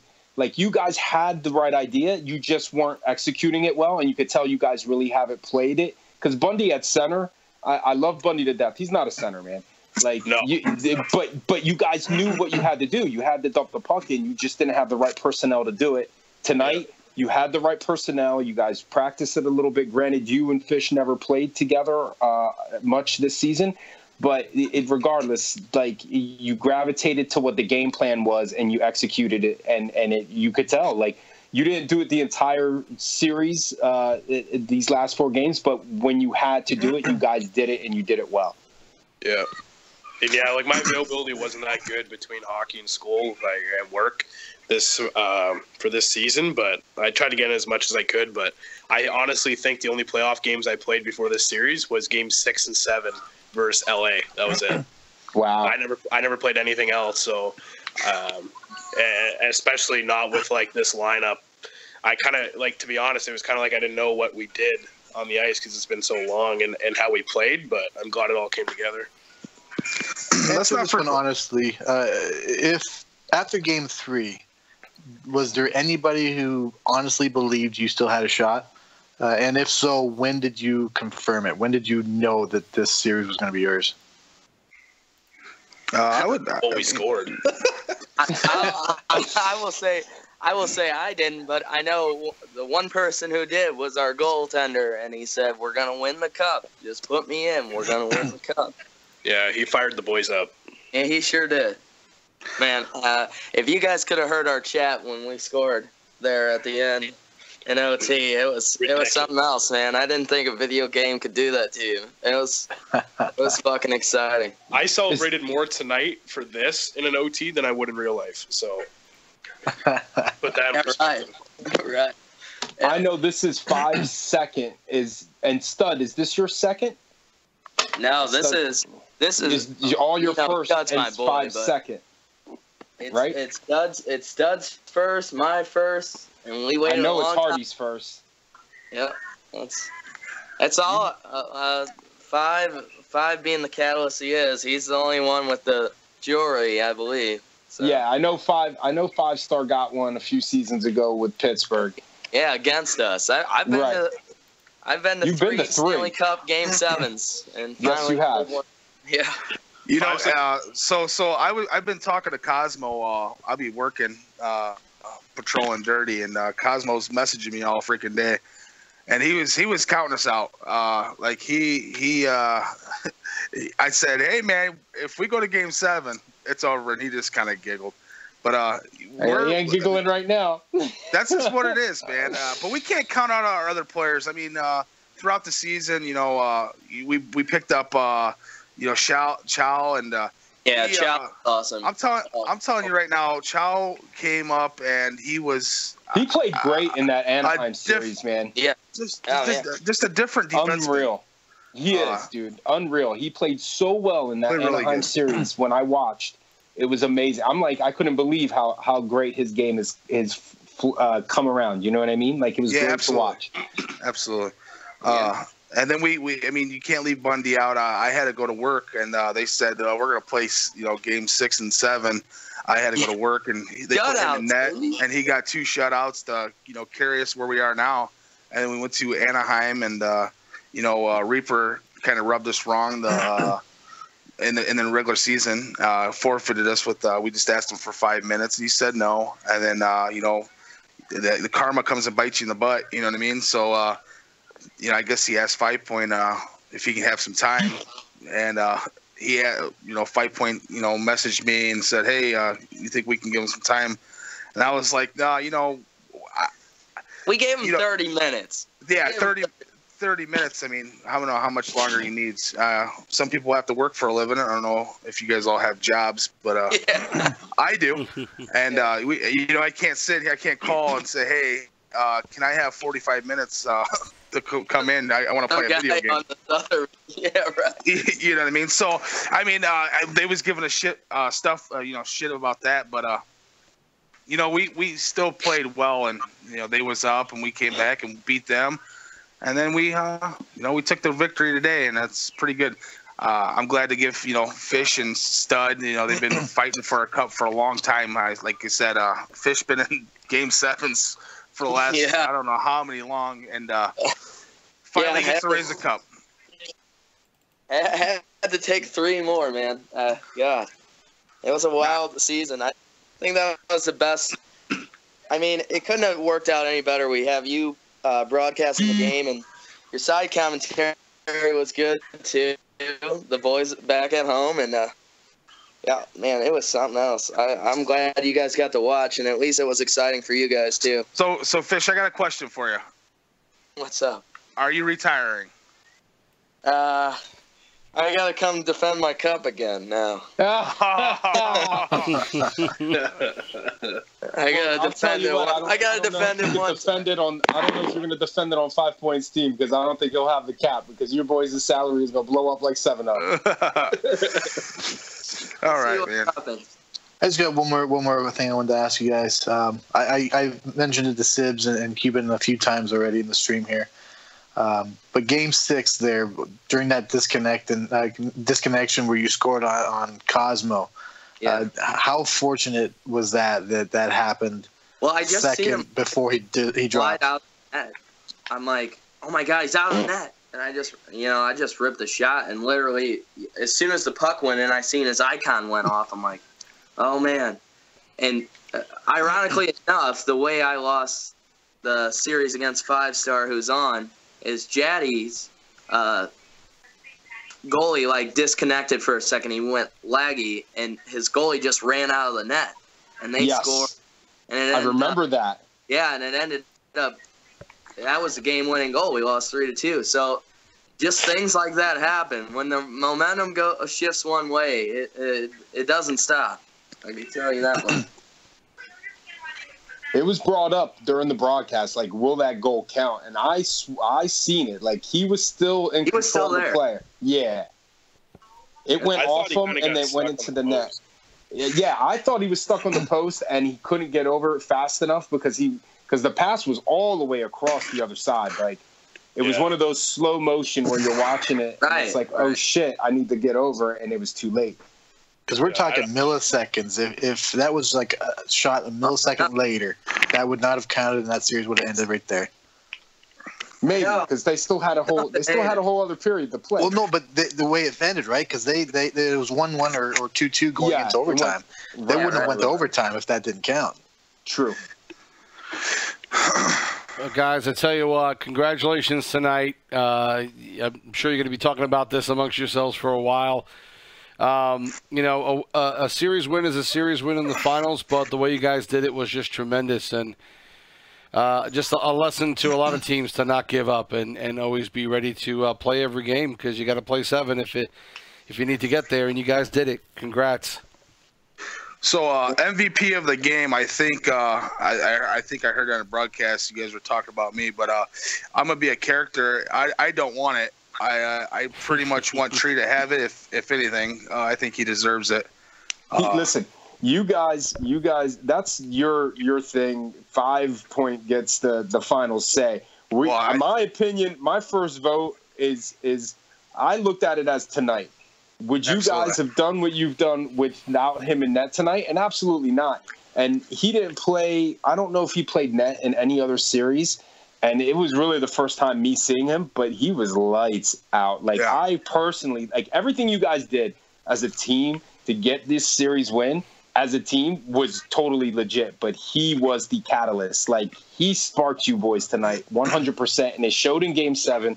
He's absolutely, I mean, my vote was, his name was the first one out of my mouth, but if you look at the entire playoffs 5, like, you were legitly, in my opinion, the root of the team. But this series and the way you guys got this cup, I mean, everything involved, it was tree, bro. Absolutely. Don't pump Five's tires any more than they already are. Oh, no, trust me. I talked to this. He's going to call me tomorrow. I'm going to be at work. He's going to call me up. Woo, weather's windy. What did he say? Hey, all I know is I'm changing my name, and it's going to be 6-Star Cock Mouth. Boy. Hell yeah. Oh, all right, boys. Well, I got to go to bed because I have to wake up at 6 in the morning and do some work. Yeah. But I'm going to try to sleep, and thanks for get us on the show, though. Yeah. No, guys, I'll reach out to you guys and get you all set up for this weekend when I do the show. Yeah, all right, sounds good. This was awesome, dude. I hope you do this for many seasons, and any way we can get you to do this, let the SP community know. This was awesome, and I'm pretty sure everybody on here loved it. So commentating was unreal. Keep making the series this exciting, and we'll keep on broadcasting them. Yeah, right. You got a good one, but go Arizona Blackhawks. Thanks, guys. All right, guys. Thanks a lot again. Fish. Who the hell else do we have on here? We had Hardy, Fish, Stud, and 5-Star all joining us tonight. We appreciate those guys hanging out with us for a little while and talking about their victory. Again, joining me again here to close this one out, Pliskin and Cuban. Cuban, you mentioned you've got your show coming up this weekend. I'm sure this is going to be a fun discussion amongst the guys about what happened here with this series, and I think we should all be looking forward to it. What you're doing it Saturday night? What time is that going to be? Usually I do it around 10 o'clock, 9:30, 10 o'clock. I'll get a hold of all those guys and see when they can get on, and then I usually coordinate with them. But usually it's 10 o'clock, and we post it up on the SPNHL, SPNHL.com. The link's up there, and then we post the link again on the chat box so guys can jump in, listen in to the Arizona Blackhawks victory tour as they come on the show on Saturday night. What's your final thoughts on this series, Cuban? Just you know what, tell it two teams, and maybe just a little bit of cake in the face and underperforming, thinking that you kind of got it wrapped, and not underestimating that. I don't think they underestimated. I think they just wanted to have a good time for one game, and it kind of bit them in the butt, and it turned into a momentum thing. And here we are, where it's unreal. I congratulate Chicago for doing the little things they needed to do, and even though the Rangers probably outplayed them this entire series, I don't think they should have played Game 7 tonight. I think they should have waited till Friday, and that's hindsight at this point. Great season for Cosmo and his Rangers. It's just unfortunate that it ends like this, and what a comeback, man! What a comeback. Pliskin, your final thoughts on this series and how it ended tonight? Incredibly exciting. This could not have ended any better. It's not to say about that I wanted to see the Hawks win. I did, but that's only because it could have just, if they had not won, it would not have been as big of an exclamation mark for the season. The fact that the entire league basically signed the paycheck for Rangers this season and said, there's nothing they can do. They might as well just get the cup and then have the Hawks take it from them like that. It could not have been any better. All right, gentlemen. Again, thanks for being part of this tonight. I had a pleasure working with you guys, and hopefully we will do a lot more of these down the road. I hope so. It's been great. It's been great. I really appreciate you coming here and doing this for us. It's it made the finals incredibly exciting. Well, a final series that went 7 games, which none of us expected, and somehow, some way, it was the Chicago Blackhawks with an overtime goal to win this one 3-2, as Fish gets it over to Hardy to end this one and end the Rangers' dreams of a cup. Once again, final score in this Game 7, 3-2 in overtime. Chicago over the Rangers. After being down 3-0, they win in 4 straight and win the championship in season 26. For Cuban and Pliskin, I'm TSibs saying so long. Thank you for joining in with us, and we hope to see you again next season in season number 27.